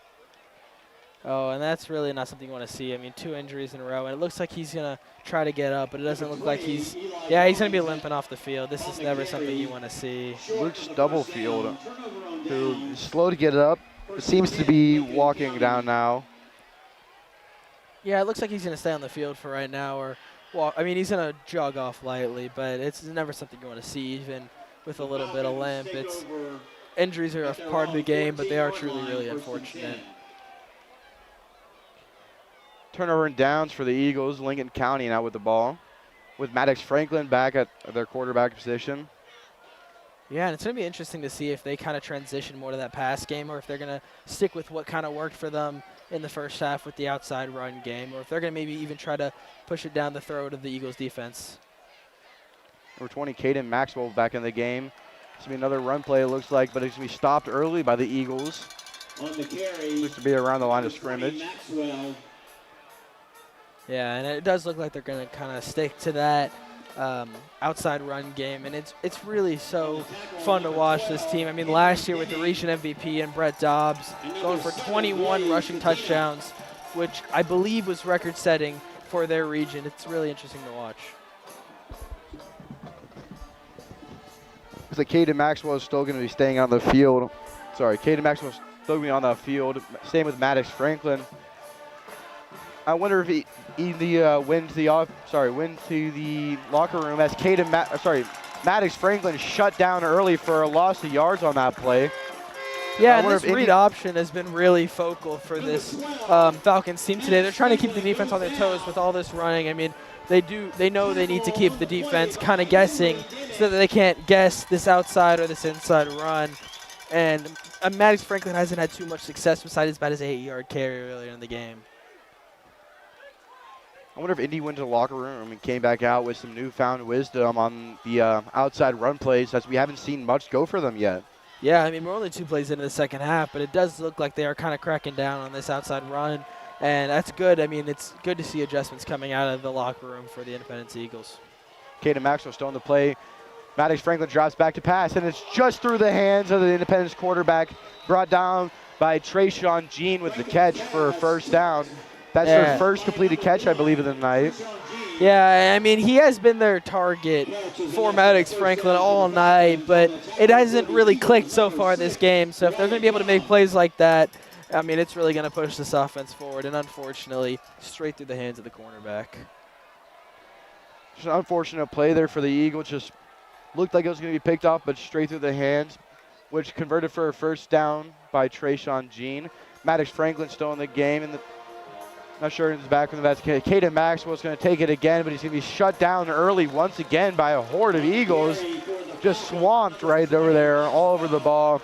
Brought down for, I believe, to be a gain of 1 to maybe no gain.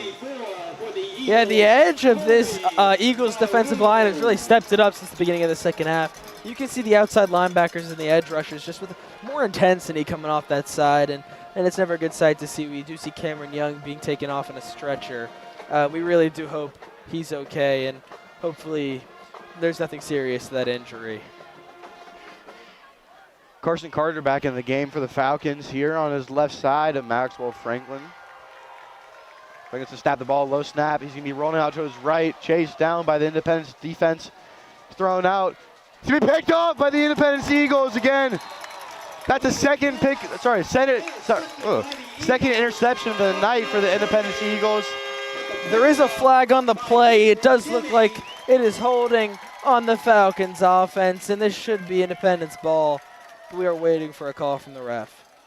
If the penalty is declined, it will be an interception for the Eagles. It looks like it has been as the offense is back out on the field, led by Matthew Horner, who tonight has thrown 1 touchdown for the Independence Eagles. Yeah, and it is great to see the pressure that this Independence defense is bringing now. I mean, you can see Brett Whelan coming off the edge, and that low snap certainly didn't help him. But, I mean, forcing Maddox Franklin into a deep pass is kind of what the Independence defensive line is looking for and what they've been trying to get to happen all night.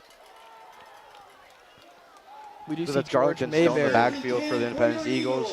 From their own 47-yard line.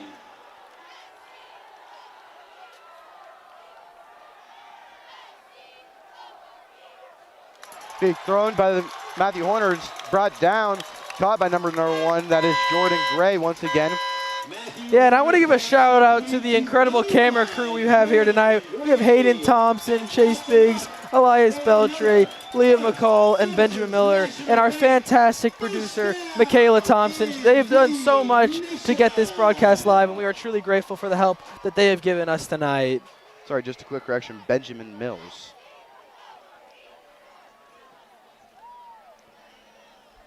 That is my neighbor.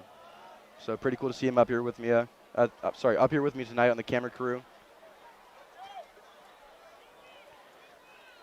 But Matthew Horner back with the ball. It's going to be snapped.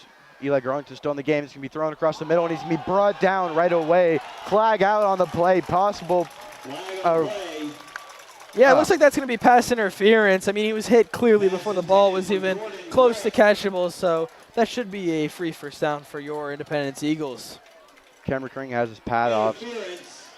Hopefully he's going to be better and feel better, but looks like he's not going to be returning to the game today. Yeah, we really do hope that's not serious. You never want to see someone go down with a knee injury. I mean, they're so scary, and it's just never something you want to happen in a game like this. Ball being moved up quite a few yards here for the Independence Eagles. Be 1st and 10 on the 20-yard line. Garlington still in the game for the Eagles. Motion across for Gray. He's going to be thrown to Gray. He's going to be tripped up, and he's going to be caught down for a gain of 0. He hit by the turf monster there. Yeah, I mean, it looks like he was hit by the turf monster. Also not the best ball for Matthew Horn. I mean, we've kind of seen him drifting off to the right a little bit throughout this game. I mean, there's been a couple throws down the sideline where he's drifted towards the outside and out of bounds, and it's unfortunate, but part of the game, and we have seen this offense really bounce back well. Of course, Garlington's still in the backfield off that injured Cameron King. Haven't seen much of, Trayshawn King tonight. Matthew Horner steps it down the middle. He's going to be caught by Jordan Gray for around the 5-yard line for a first down for the Independence Eagles. It's going to be now 1st and goal.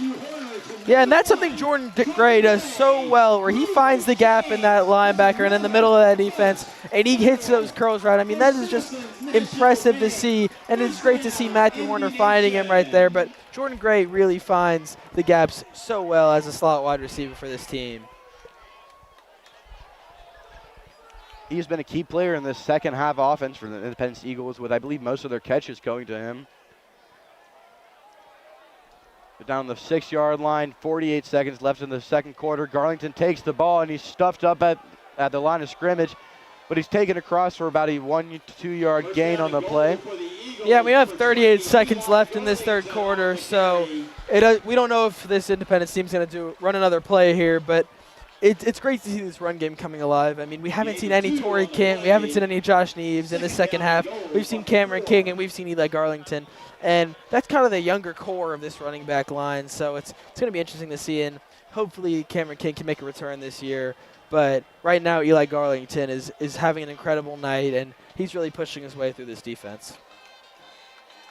They're going to run the clock here for the Eagles, which will bring them to the end of the third quarter.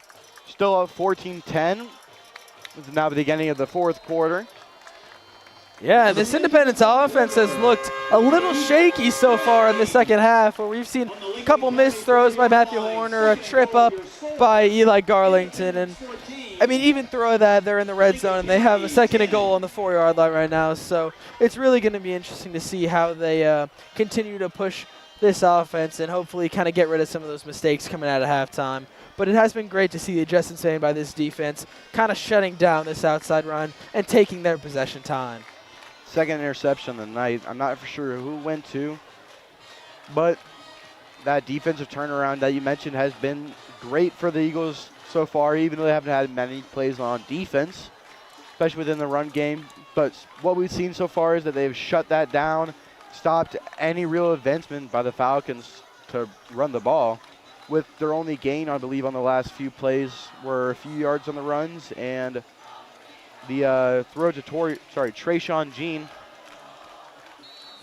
We're going to be back out here with some more football. 12 minutes left in the game, start of the fourth quarter. Yeah, and Independence taking the lead going into this fourth quarter. I mean, 4 points is nothing special, but hopefully they can complete this red zone visit and come out with another 7 points on the board. Once again, we're going to be on the 4-yard line here with 2nd and 4 to go.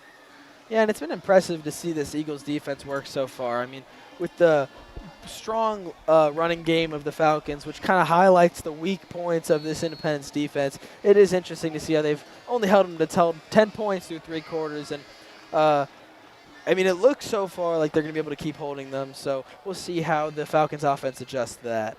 Torrey King in the backfield for the Eagles. Horner snaps the ball to him via passing play. He looks out to his left, and it's cut. Oh, it's bobbled by Torrey King and out of his hands, just right through. Yeah, and that's another drop pass for this Eagles offense. I mean, that's not something you want to see a lot, but we've already seen Mayberry with a drop. We've seen Gray with a drop. And now we're kind of seeing Hunter Mullen with a drop that we don't see too often. Actually, sorry, Blaze Katina, that we don't see a drop too often from. And hopefully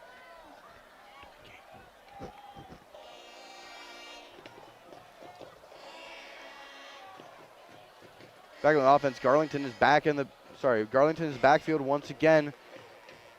Motion across the right side. Garlington takes it. It's in for the touchdown. Eli Garlington for the touchdown. I believe his 2nd of the night. And, I mean, that's just something we've seen a lot from this Independence offense, where they get in the red zone and they push that run down the throat of the defense. And it's great to see Eli Garlington with his 2nd touchdown of the season. And it's just really impressive what we've seen from this offense so far. Ben Cassie back out with it for the kick to bring us up by 17 here. Sorry, let me correct myself, 11. The kick is good. The extra point is good as well. It's going to be 21-10. Your Eagles lead by 11. Yeah, and it's just great to see this offense coming alive. Even after the first drive being a bit shaky, it is really impressive to see them coming down and driving down the whole field with a touchdown. I really do think the return from that kick has kind of been a bit of momentum, where the field position has been such a big factor in this game. I mean, we saw Lincoln County's touchdown coming on a drive where they started on the 30-yard line. Once again, that Scott Blade Eagle Air offense has been working perfectly tonight. I mean, not perfectly, but they've had some rhythm going for them. They've had some really great moments. They've had some bad moments, as I believe, I don't remember who, but Horner had a deep ball left field and it was drops through the hands. But when have they good moments, they're great. That made no sense, but Yeah, I mean, this Indy passing attack looked good, and we have seen some mistakes here and there, not only from the quarterback, but from a bit from the wide receivers, where we've seen almost 3 drops this game, which is, I mean, not necessarily what they want to see, but Horner's been really dropping the ball well. I mean, that touchdown pass to Hendricks Harvey was really impressive, and it was just a great sight to see this Eagle Air pulling off with Scott Blade as their head coach now. Once again, another Ben Cassie with a touchback. Once again, his leg, that leg is amazing for him. I believe to be a senior this year. Yeah, and it's always good to see a strong special teams unit, as it's so helpful being able to kick a longer field goal when they kind of get stuck on that 30, 20-yard line. It's great to see that they have a guy with such a strong leg that can kind of complete those drives. That's his 3rd touchback of the night, which will, of course, help his stats and look way better on max preps. But Maddox Franklin gives the ball up to Casey Carter, who's going to be shoved across the line for looks to be a 2 or 3 yard gain for the Falcons.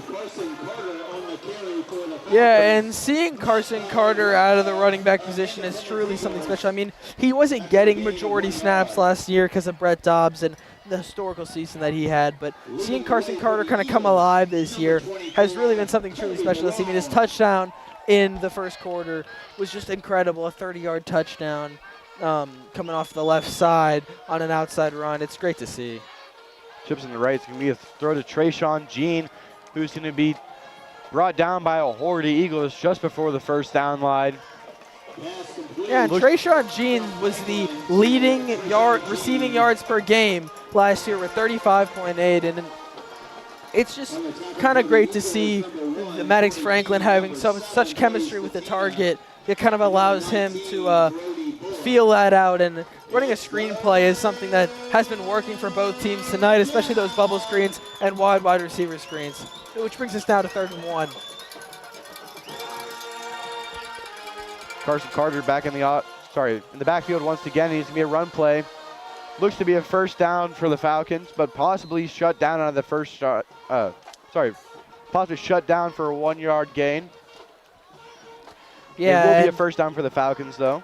We do seem to see more consistent play from the Falcons coming out of the second half, where they're going to continue to trust what's worked for them in the past and go for that outside run game, and rather than kind of trying to focus on that pass game, which did work on that one 15-yard gain to Trayshawn Jean, but only unfortunately worked due to a missed ball by the secondary of the Independence Eagles.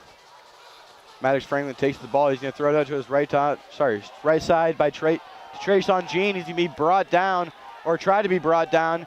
He's staying up for about a 2-yard gain there on the play. He's going to be brought down around the 34-yard line. And that's the 4th catch for Trayshawn Jean tonight, and second is only 1 catch for the Falcons. And it's really interesting to see how much they target him, and how they're going back to that screen again, where they're kind of trying to get this passing game incorporated, but also sticking to their roots of playing this fast, short, gritty ball.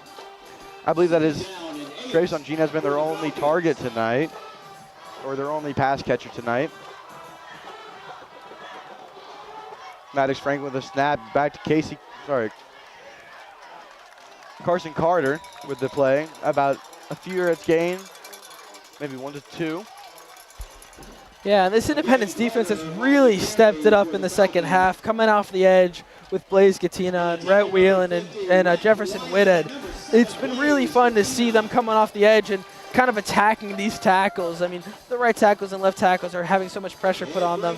It's really caused this defense to be able to clamp down on this running game.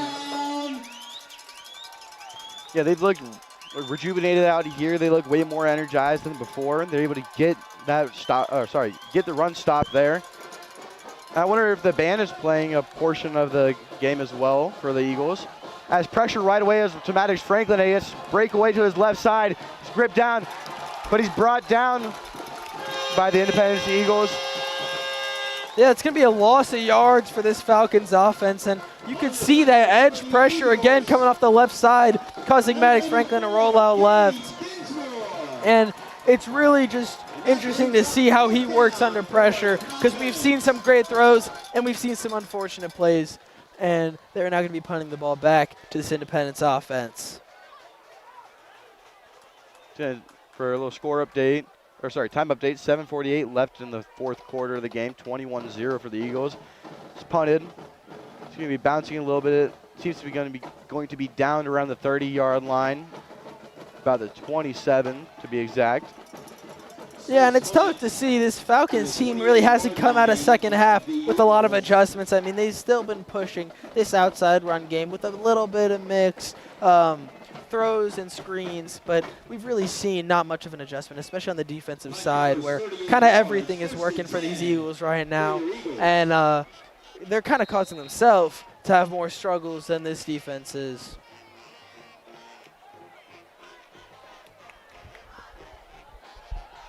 Eagles back in the game after that punt. Torrey King in the backfield.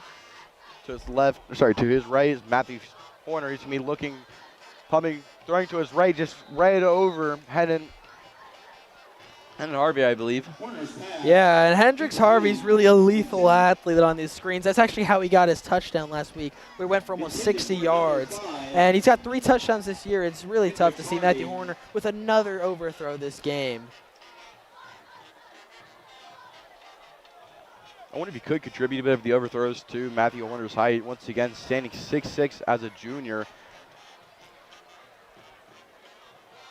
So Torrey King still in the game.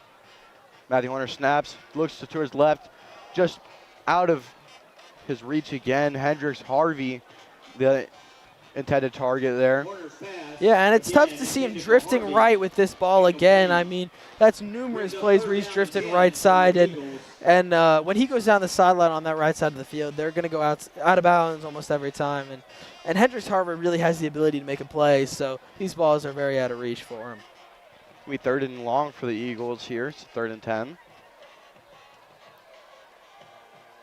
Horner snaps the ball, drops back to pass, looking for his deep ball, rolling out to his right. He's going to take a hit to his legs here. It's going to be about a 4th and 8, maybe 4th and 7 here. Yeah, and that's the dual threat coming out of Matthew Horner again. And we only saw 2 yards gained, unfortunately leading to a turnover. But we do see his ability to run out. And unfortunately, with 2 linebackers waiting for him. But this offensive line's protection has been really stellar from this offense tonight. Payne Runninger back to punt. Once again, a 3.5 star. Little high snap, good punt. To be taken back, I believe that's Trayshawn Jean. He's going to be taking her past the 45 and down before the 50. Yeah, it's interesting to see that this Falcons team has so much up on Trayshawn Jean, and he's been their pass catcher tonight. He's done their kick returns, and he's now contributing to the punt returns. And it actually looked like he was a little slow to get up there and a little upset walking to the sidelines with a limp. I mean, that's not something you want to see, and we do have a player down from Lincoln County. As seen earlier, Trayshawn Jean did have a sort of a limp of what I could see in the warm-ups. That's being evident as he walks off the field now. Once again, we do have a Falcons player down, but he's getting up, he hops up, possibly just had the wind knocked out of him. That is number 8, who is Colton Carter, Carson Carter's brother, the outside linebacker. Yeah, and that's a big player for them. I mean, these Carter brothers are the core of this team with the running back and the outside linebacker position. It's just really special to see these 2 twin brothers working together. And another important thing to look at here is number 18 on Lincoln County, Clint Quick, actually is all Tennessee in baseball, which he has been since he was a freshman at Lincoln County. So there's a lot of multi-sport athletes out on the field today that are performing and doing well for both these teams. A little confusion as the play starts here as number 18 runs back on the field. The flag is thrown, the play is blown dead. Get some more information here in a second. To be on Lincoln County here. Yeah, it looks like we're going to have a false start here. We're going to be moving 5 yards back for Lincoln. Oh, actually a timeout called by Lincoln County. So we have a 30-second timeout called by Lincoln County as they try to crawl back into this game, as they are down 11 currently with 6:35 left in the game.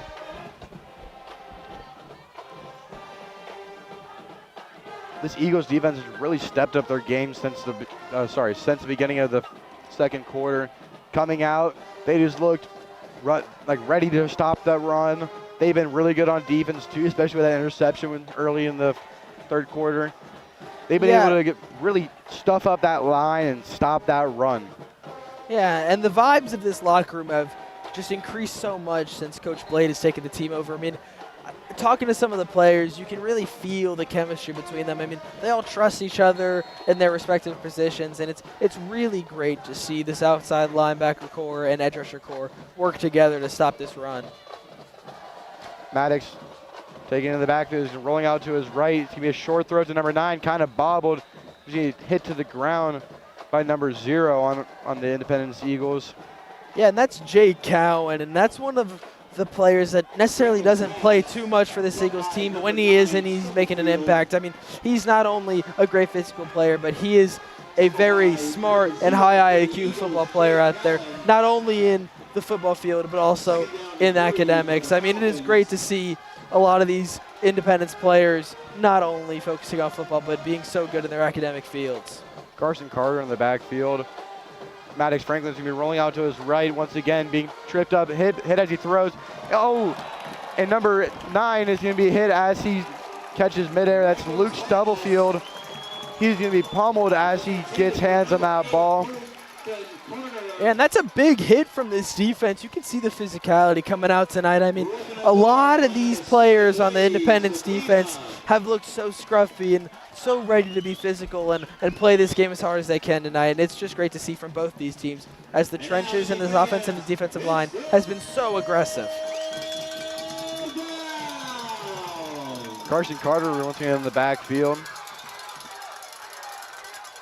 Trayshawn Jean looks like he's walking around fine after him limping off the field.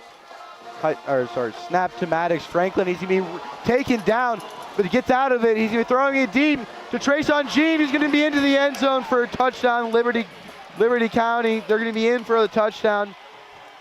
Yeah, and that's another touchdown for Lincoln County, and it's another big play that's getting them in the end zone. I mean, the pressure off that Eagles line has been so good, and to see the safeties break down after seeing that pressure is something you don't want to see. I mean, number 0, Jake Cowan, kind of letting off the gas there once he saw Maddox Franklin under that pressure, and it's impressive for Maddox Franklin to be able to break out of a tackle like that and still make such a great play and a great pass, and that's a big spark for this Lincoln County offense.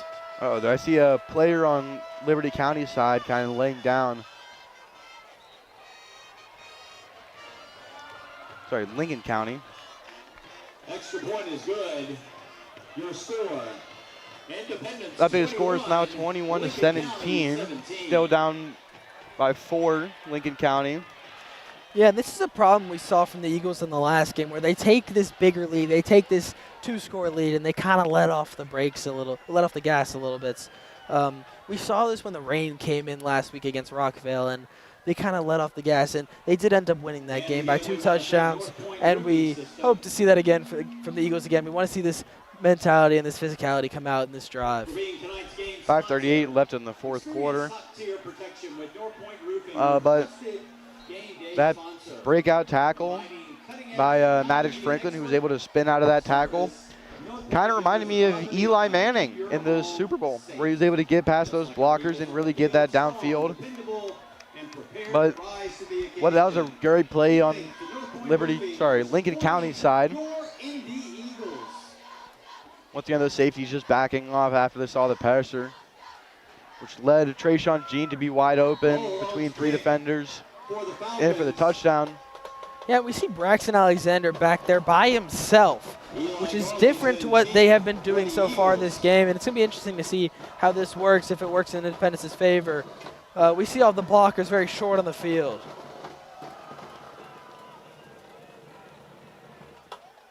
Ball's going to be returned from around the 5-yard line. Cutting up the field. He's going to be at the 30-yard line. He's going to be at the 40, 45, 50. He's going to be brought down just before the 50-yard line, possibly across the 50. And that's just another return from actually Eli Garlington, the running back for this Independence Eagles team. And that's going to be a 50-yard return. And the field position has been so crucial tonight. It's going to be really interesting to see how this helps the momentum of this Indy offense and also see how they push forward on this drive. Just how hyped Eli Garlington was coming off the field, bumping with Coach Bird down there, his running back coach. Matthew Horner comes back on the field. Horner snaps it, throws to his right.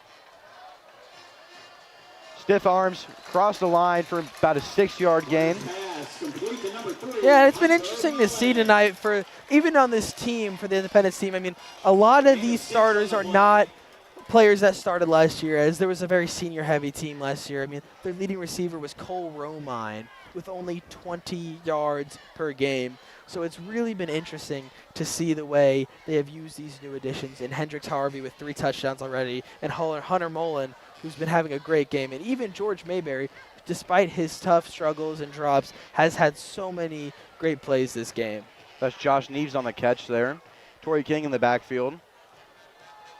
Horner snaps the ball, handoff to Torrey King, who's going to be pushed up the field. He's going to break out of it for a first down for the Independence Eagles. Yeah, that's another example of this physicality. I mean, we've seen 2 stiff arms in the last 3 plays and now a broken tackle from Torrey King. You can really see the effort and the physicality that this Independence team is bringing tonight. And it's been so fun to watch all of these players push through every tackle that has come at them.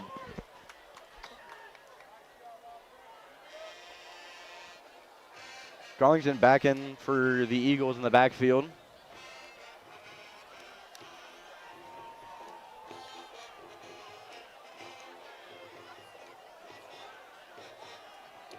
Motion across the right side.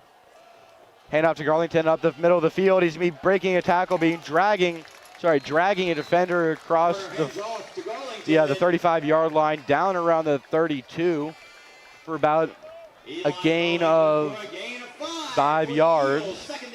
And it's been interesting to see all of these running backs working together, where fatigue really doesn't play into this Independence offense in the running game, where one needs to come off, the other one is sitting there ready. And it's interesting to see as Scott Blade has come and kind of changed the culture of this team, coming off of his 2015 state championship win with this Independence Eagles team.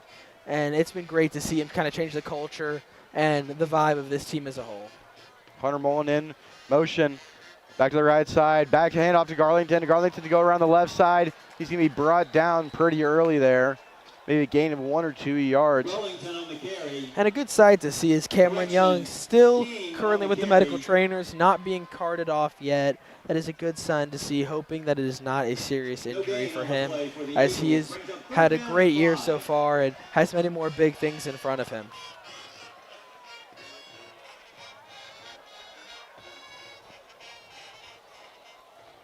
Cameron Hayne, we hope to just be a game injury, possibly maybe a week or 2.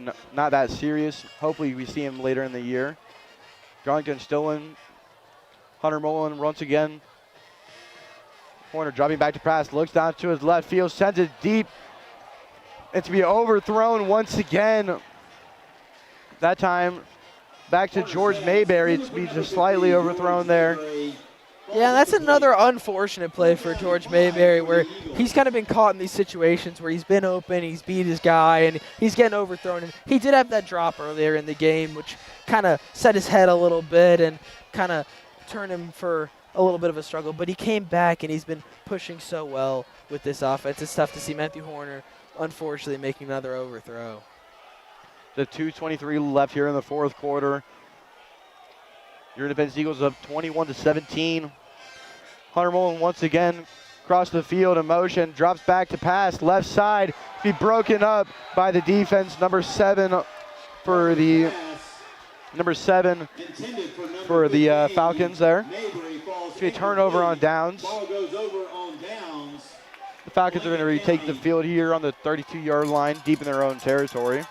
And yeah, that's a play they've gone back to a lot today, where they go on that quick slant when they need a quick 5 to 10 yards. And we've seen it a lot on 4th down. And it did look like he had his man beat. The throw from Matthew Horner was a bit behind him there.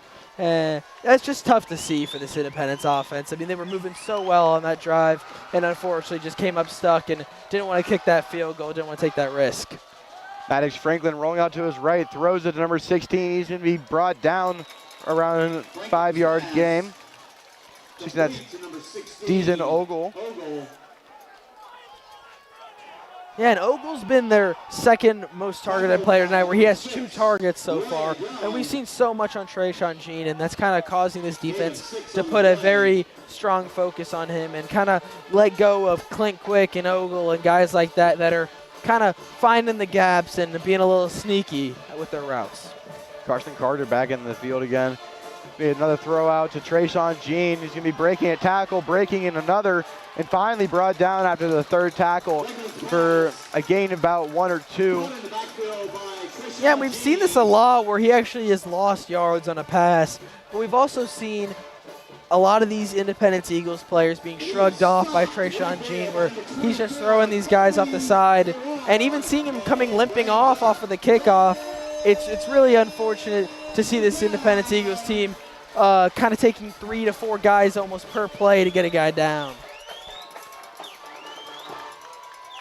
Low snap from Maddox Franklin. He's going to be looking at it to his left. It's going to be caught by Trayshawn Jean again, who's going to get that first down, but just out of bounds. He takes it. It will be completed just across the 50-yard line. And that's Jean's 6th catch of the night, where he has been such a strong point for this Falcons offense. And even when the passing game is not going for them, somehow Maddox Franklin and Trayshawn Jean pull something off. And the chemistry between these 2 guys is truly something special to watch. I mean, it is so fun to see Jean cut these corners up like they are dinner. Snap to Franklin. He's looking out to his right, looking out to his left. He's going to be running across the middle. He's brought down early by the Independence defense for about a gain of 2 yards there. Yeah, it's going to take us down to 2nd and 6. We have an Eagles player down on the field behind the line of scrimmage. And that is number 57, Jace Fortner. And that's not a guy who gets a ton of playing time, and it's really unfortunate to see an injury like that. It's the 2nd Independence player down tonight. Of course, the first one we had Cameron King.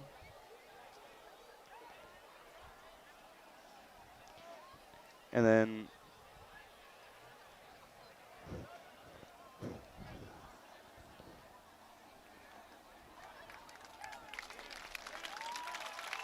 Ryan Stanton, I believe, is the player down. Fans, let's give a nice hand to number 50, Rhett Weiland. Sorry, correction there, number 50. Rhett's had a great game tonight. That's going to be Rhett Whelan. Or Yeah, Weiland. and that's never something you want to see. I mean, Rhett has played baseball for 3 years of his high school career, where he's had to go Tommy John surgery. That's why he has that big black brace on his right arm, and you really don't want to see an injury like that. It looks like he's grabbing his head, maybe going to go into concussion testing here. Maddox Franklin throwing deep across the right side, and it's bobbled up and broken away by the Independence defense. That is number 1 once again, Jordan Gray on the breakup there. What a great play, just getting up there. Number 3, Hunter Mullen, and number 1, Jordan Gray, actually collided on that play, kind of leading to a tip, and it would have been great to see one of them come down with it. It's just not the communication you'd want to see there, but that leaves this Falcons team with a 3rd and 6, with 52 seconds left in this game, down by 4. Ball's going to be the 46-yard line here. We haven't seen much of their running game since about the 3rd quarter, midway through. As they've really sticking to that run game here. Once again, another pass by Maddox Franklin rolling out to his right. He's going to take it across the line of scrimmage. He's going to take it for a first down and out of bounds across the 40-yard line. Clock's going to stop it with 43 seconds left in the 4th quarter. Down by 4. I mean, Independence adjusted a lot to this outside run where they were getting a lot of pressure off the outside, but unfortunately the pass protection of this Falcons offensive line has been incredible. When Maddox Franklin's had the opportunity to take almost 5 to 6 seconds to get this ball out, and even plenty of time to run outside. I mean, we have 2 dual threat quarterbacks tonight, and we've seen Maddox Franklin using his feet to his advantage, not only in the pass play, but also in the read options. Maddox Franklin back to pass. Looking up the field again, he's gonna throw it deep. It's going to be hit as he throws, but it looks like he's going to be caught about the 7-8 yard line. Franklin's pass complete. That is an 18. absolutely incredible catch by number 18, Clint Quick, and that's what I was talking about earlier. That is the multi-sport athlete coming out of him, where he has been all Tennessee in baseball for 4 years, and he knows how to be athletic and make these plays. It is truly special to see him out there, and that is an absolutely incredible play, and not what you want to see if you're an Independence Eagles fan. Timeout called on the field by, I believe, Lincoln County.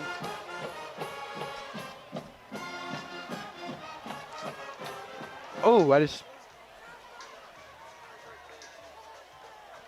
Yeah, and you wonder what Lincoln County's going to come out with after this timeout. You wonder if they're going to go more towards the run with what's been working for them this game, or if they're going to even go to that pass that's been working for them so well in this fourth quarter. And you only wonder if they had switched to this passing game earlier in the game, how much better they would be doing. One of their linemen, number 77, seemed to be a little bit sick while walking off the field. 32 seconds left in the first quarter. Lincoln County has the ball, 1st and goal on the 7-yard line, down by 4. Yeah, and a touchdown here pretty much ends the game. And it's going to be really interesting to see how this Eagles defense comes out, because they cannot allow a touchdown. I mean, this really comes down to these 4 plays here. We get a student section to our left, just getting loud and getting hyped. Same with the band. They're about to start playing as loud as they can to try and stop this Falcons team. Trayshawn Jean with a snap, and he takes it to the end zone. That's going to be a touchdown for the Lincoln County Falcons, and it looks like the Falcons are going to win this football game unless we can see a miracle from this Independence Eagles team. That is going to take the Falcons up 24-21 with a 3-point lead at 27 seconds left in this fourth quarter. The Independence Eagles here do need a miracle to possibly get that outfield, to hit a field goal or try and take it back on the kickoff. And that's the first Wildcat snap we've seen tonight, where the snap went directly to Trayshawn Jean, and he just kind of ran around the outside. I mean, the physicality on him has been so important to this team, and that kick is blocked. The extra point is blocked. It is no good. The Eagles are down by 2 with 27 seconds left in the first quarter. They need a miracle here to be able to win. The Eagles have 27 seconds to get into field goal range and try to give Ben Chassie a chance to win them this game. I mean, this is going down to the wire, and it has been great to see these 2 offenses battle, and more importantly, see the defenses adjust and do so well in making these adjustments and forcing these teams to make hard plays for these touchdowns. And we've seen Ben Chassie's leg. He can possibly even hit a 50-yard field goal if he wanted to. With the right wind speed, with right everything, he could get that in there. It seems to be there's no wind. Yeah, I today. actually talked to him before this game, and I kind of asked, I was like, what is the most realistic long kick you're going to hit today? And he goes 50. He said 50 confidently. So if this team can get to the 33-yard line, there is a chance that they can pull off this football game. Seen a great return here by the Eagles. I believe that is number 4 in the backfield. So that is Josh Neves. And I'm actually a bit surprised they came from Eli Garlington with his 50-yard return last time out. It's a little interesting to see them switching that up and going to Josh Neves in the backfield now. Mole with the kickoff out here. It's going to be a short kick. It's going to be brought down by the Eagles at the 50-yard line. There is hope. With 27.4 left in the fourth quarter, the Eagles have the ball before the 50-yard line, just around the 47. Once the again, Eagles' target line is to get to that 25-yard line. That gives them a chance to win this football game. And we have seen Ben Chassie's leg on the kickoff, and we have seen what he can do. And they are going to hope he can work his magic, because a field goal wins this football game right now. And Lincoln County has just given them the field position they need to keep hope alive. Ben Chastney is a really confident kicker. We've seen him go into the end zone from the 40 on kickoffs, which is about 60 yards, 60 to 70 yards there. A timeout called by Lincoln County here. Yeah, and Lincoln County has a tough position here as they went for the onside kick unexpectedly and did not come up with it. I mean, if they had gotten that ball back, that is an instant win for them. So to see this Independence Eagles with great field position has been so impressive this game, and it's very exciting to see what they're going to pull off on this last drive. We've seen the mistakes they made on the Eagle Air offense today, especially in the second half, where we've seen more than the first. We've seen what they can do when they haven't made mistakes. We've seen great plays out of them. We've seen great deep balls from Matthew Horner. That is maybe what we can see today. Yeah, it's going to be interesting because Matthew Horner's had multiple overthrows in the second half. So if they're going to go deep, he needs to put that ball on the money. And I think their number one target here is going to be Hendricks Harvey, where he has 3 touchdowns on the season and has been a long ball threat all year. Hendricks Harvey looks to have his corner playing a little bit of zone here off the ball. Eli Gurlington in the backfield. If they want to have a run play, they have a great back to do it. Passes drop back. Horner looks to his left. It's going to be overthrown to Hunter Mullen. It's going to be second and 10 for the Eagles on the 48-yard line. That's another overthrow for Matthew Horner in this second half. I mean, this is something we have seen so much today, and it's really unfortunate coming out of halftime that we've had this many mistakes. Hendricks Harvey really did a great job at deflecting the safety further back and allowing for Hunter Mullen to get open there, and it's unfortunate to see another overthrow and another ball drifting right for Matthew Horner. 22.9 left in the fourth quarter. It's going to be second and 10 here on the 48-yard line for the Eagles. Matthew Horner drops back pass, looks back to the left. Caught by Hunter Mullen. It's going to be a first down and more. He's going to be around the 35-yard line. He's out of bounds with 14.1 left on the clock. Possibly if they rewind, it's going to be around 14.7 maybe. We are in field goal range for Ben Chastney. He's confident he can hit that 50-yarder, and they might just give him the chance here soon. Yeah, and these Independence Eagles still have a timeout. So what they're going to try to do is get a couple yards and try to give themselves a chance to win this football game. Eli Garnett on the backfield, who has been their best back tonight. Matthew Horner looks to his right. He's slinging it downfield. It's going to be thrown out of bounds with 9 seconds left on the clock here. It's going to be second and 10 on the 35-yard line. If they go for it right now, it is a 45-yard kick, possibly more because of that backfield. So possibly even a 50-yarder he would have to hit here. He is confident once again that he can do this. And we've seen him on the kickoffs hit 60 to 70-yarders. So there's no doubt that he could possibly get that through the uprights, especially with no wind here. Horner looks down the middle. He's going to be taken down. He's going to be looks towards right. It's going to be dead ball on the ground. It's going to be hit the ground. It's going to be incomplete. Third and 10. 4.3 seconds left on the clock. Yeah, and it looks like they're actually going to keep the offense out and not even give Ben Chassie a chance to win this game. It's going to be a 52-yarder right now, and that is tough for Ben Chassie, but it looks like they're going to go Hail Mary on this and hope that they can get about a 35-yard passing touchdown. And it's really unfortunate not to see Ben Chassie even have a chance to make this. And, I mean, the coaches know more than we do, obviously, but I do have the confidence in Ben Chassie to at least give this one a chance with a higher percentage than this Hail Mary. It's a timeout called by the Eagles on the field. Their first of the second quarter. There's 2 left remaining. Yeah, this Eagles coaching staff trying to see what they're going to come out with from the Falcons side, seeing if they're going to kind of sit in that end zone and maybe give the Eagles an opportunity to get a maybe 2-yard pass in 2 seconds and give Ben Chassie just a little bit easier of a field goal. But it looks like they're going to leave this offense out and not give Ben Chassie the chance to win this football game. And this is really surprising to see. Indy was a large favorite coming into this game, especially with the passing offense they've had this year. And Matthew Horner struggles in this second half has really been the downfall of this team, where there's been so many overthrows and so many balls that have drifted right, especially with that play with 9 seconds left where the ball flew out of bounds to the right side on a back shoulder player to Hunter Mullen. It's really tough to see the struggles that they've come out of halftime with, especially after hoping that adjustments will be made on the offensive and defensive side.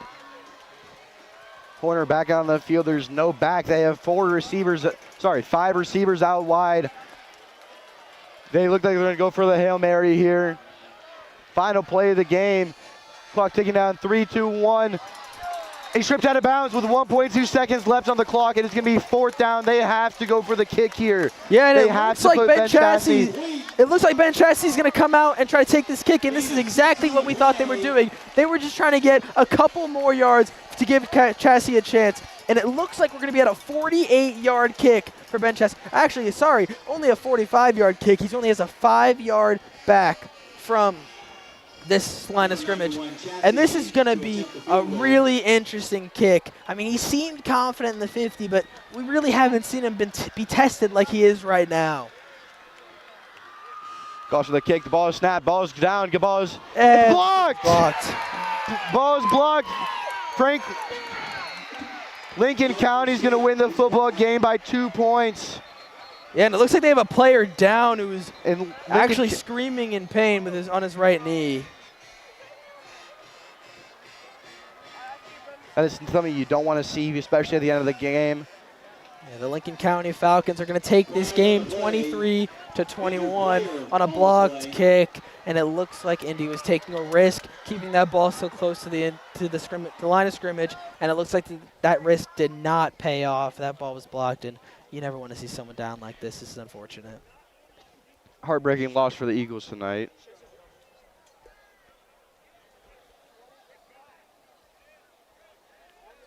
That's something you never want to see is an injured player, especially their 3rd down of the night. I believe their number 8 was able to get back up, but he did not look like he was having a good time down there. And we hope and pray that he is all right and he will have a quick recovery to whatever injury he is injured with. Yeah, that's another injury tonight to the knee, which we already saw with Cameron Young, and that's just really not something you want to see. The knee is a fragile area, and that's going to be a big loss for this team. Stands back up, number 59 for the Falcons. Yeah, and it looks like once again that right knee is not having any pressure applied to it, which we saw with Cameron Young earlier, and we really hope that that's not going to be too serious, but you really do never want to see a knee injury like that. Cameron King still on the trainer's bench. Didn't get carted off the field, which is suspected to be not as serious as we once might thought. But number 59 looked to be not as lucky as Cameron King was, and we hope and pray that he will be all right and that it's a minor injury and that he will recover quickly from it. Yeah, we do see Cameron Young fully out of his pads, so that's not a great sign, but we hope to see a speedy recovery for all of these players, and also hope to see what the officials' ruling is. It looks like they're debating on the time left of the clock, maybe?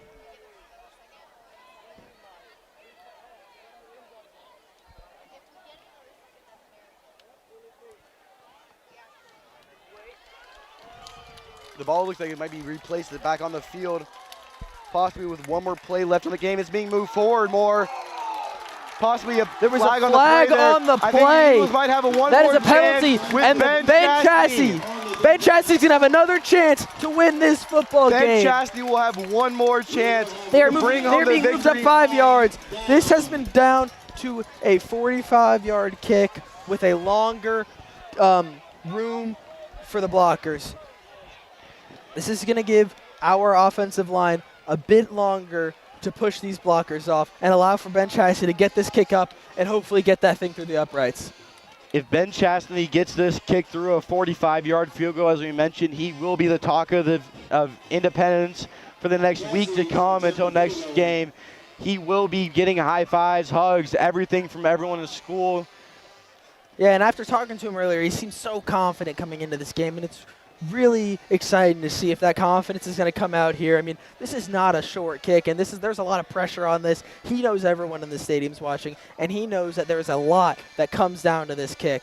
And it's going to be really exciting to see what happens, because if this kick goes in, Independence wins. But if he misses or gets blocked like last time, Lincoln County Falcons will win this football game. Chastity called for the ball, hands down, kick is up. Kick is up. And it's good! The kick is good! He's missed it! It's wide left! He missed this ball wide left! and the Lincoln County Falcons are going to win the football game. Chassis missing the kick, wide left, plenty of distance on that one. Would have been good from 60, and that's going to be missed left and allow for the Falcons to win this football game. That is a heartbreaking loss so once again. hard to see for these Eagles, and you can see it on the players. They do not look happy. It had the distance, he has the leg, just wasn't on the mark. It looked, from our perspective, it looks good, but it was called off. It was called wide left by the referees down there, and you got to trust them down there. And it looked to be a good call. In the moment, it looked good, but thinking back about it, it was a little bit left. But what a great game by both teams here. What a great game by both teams. Indy loses by 2 points. Yeah, and we really appreciate you guys tuning in tonight. And it's a heartbreaking loss for your Eagles, but it's been a pleasure to have your time. We really appreciate you watching. I'm Jacob Hammers. I'm Jackson Finkel, and we hope you tune back in next time on September the 19th versus Coffee County. All right, thank you so much for watching.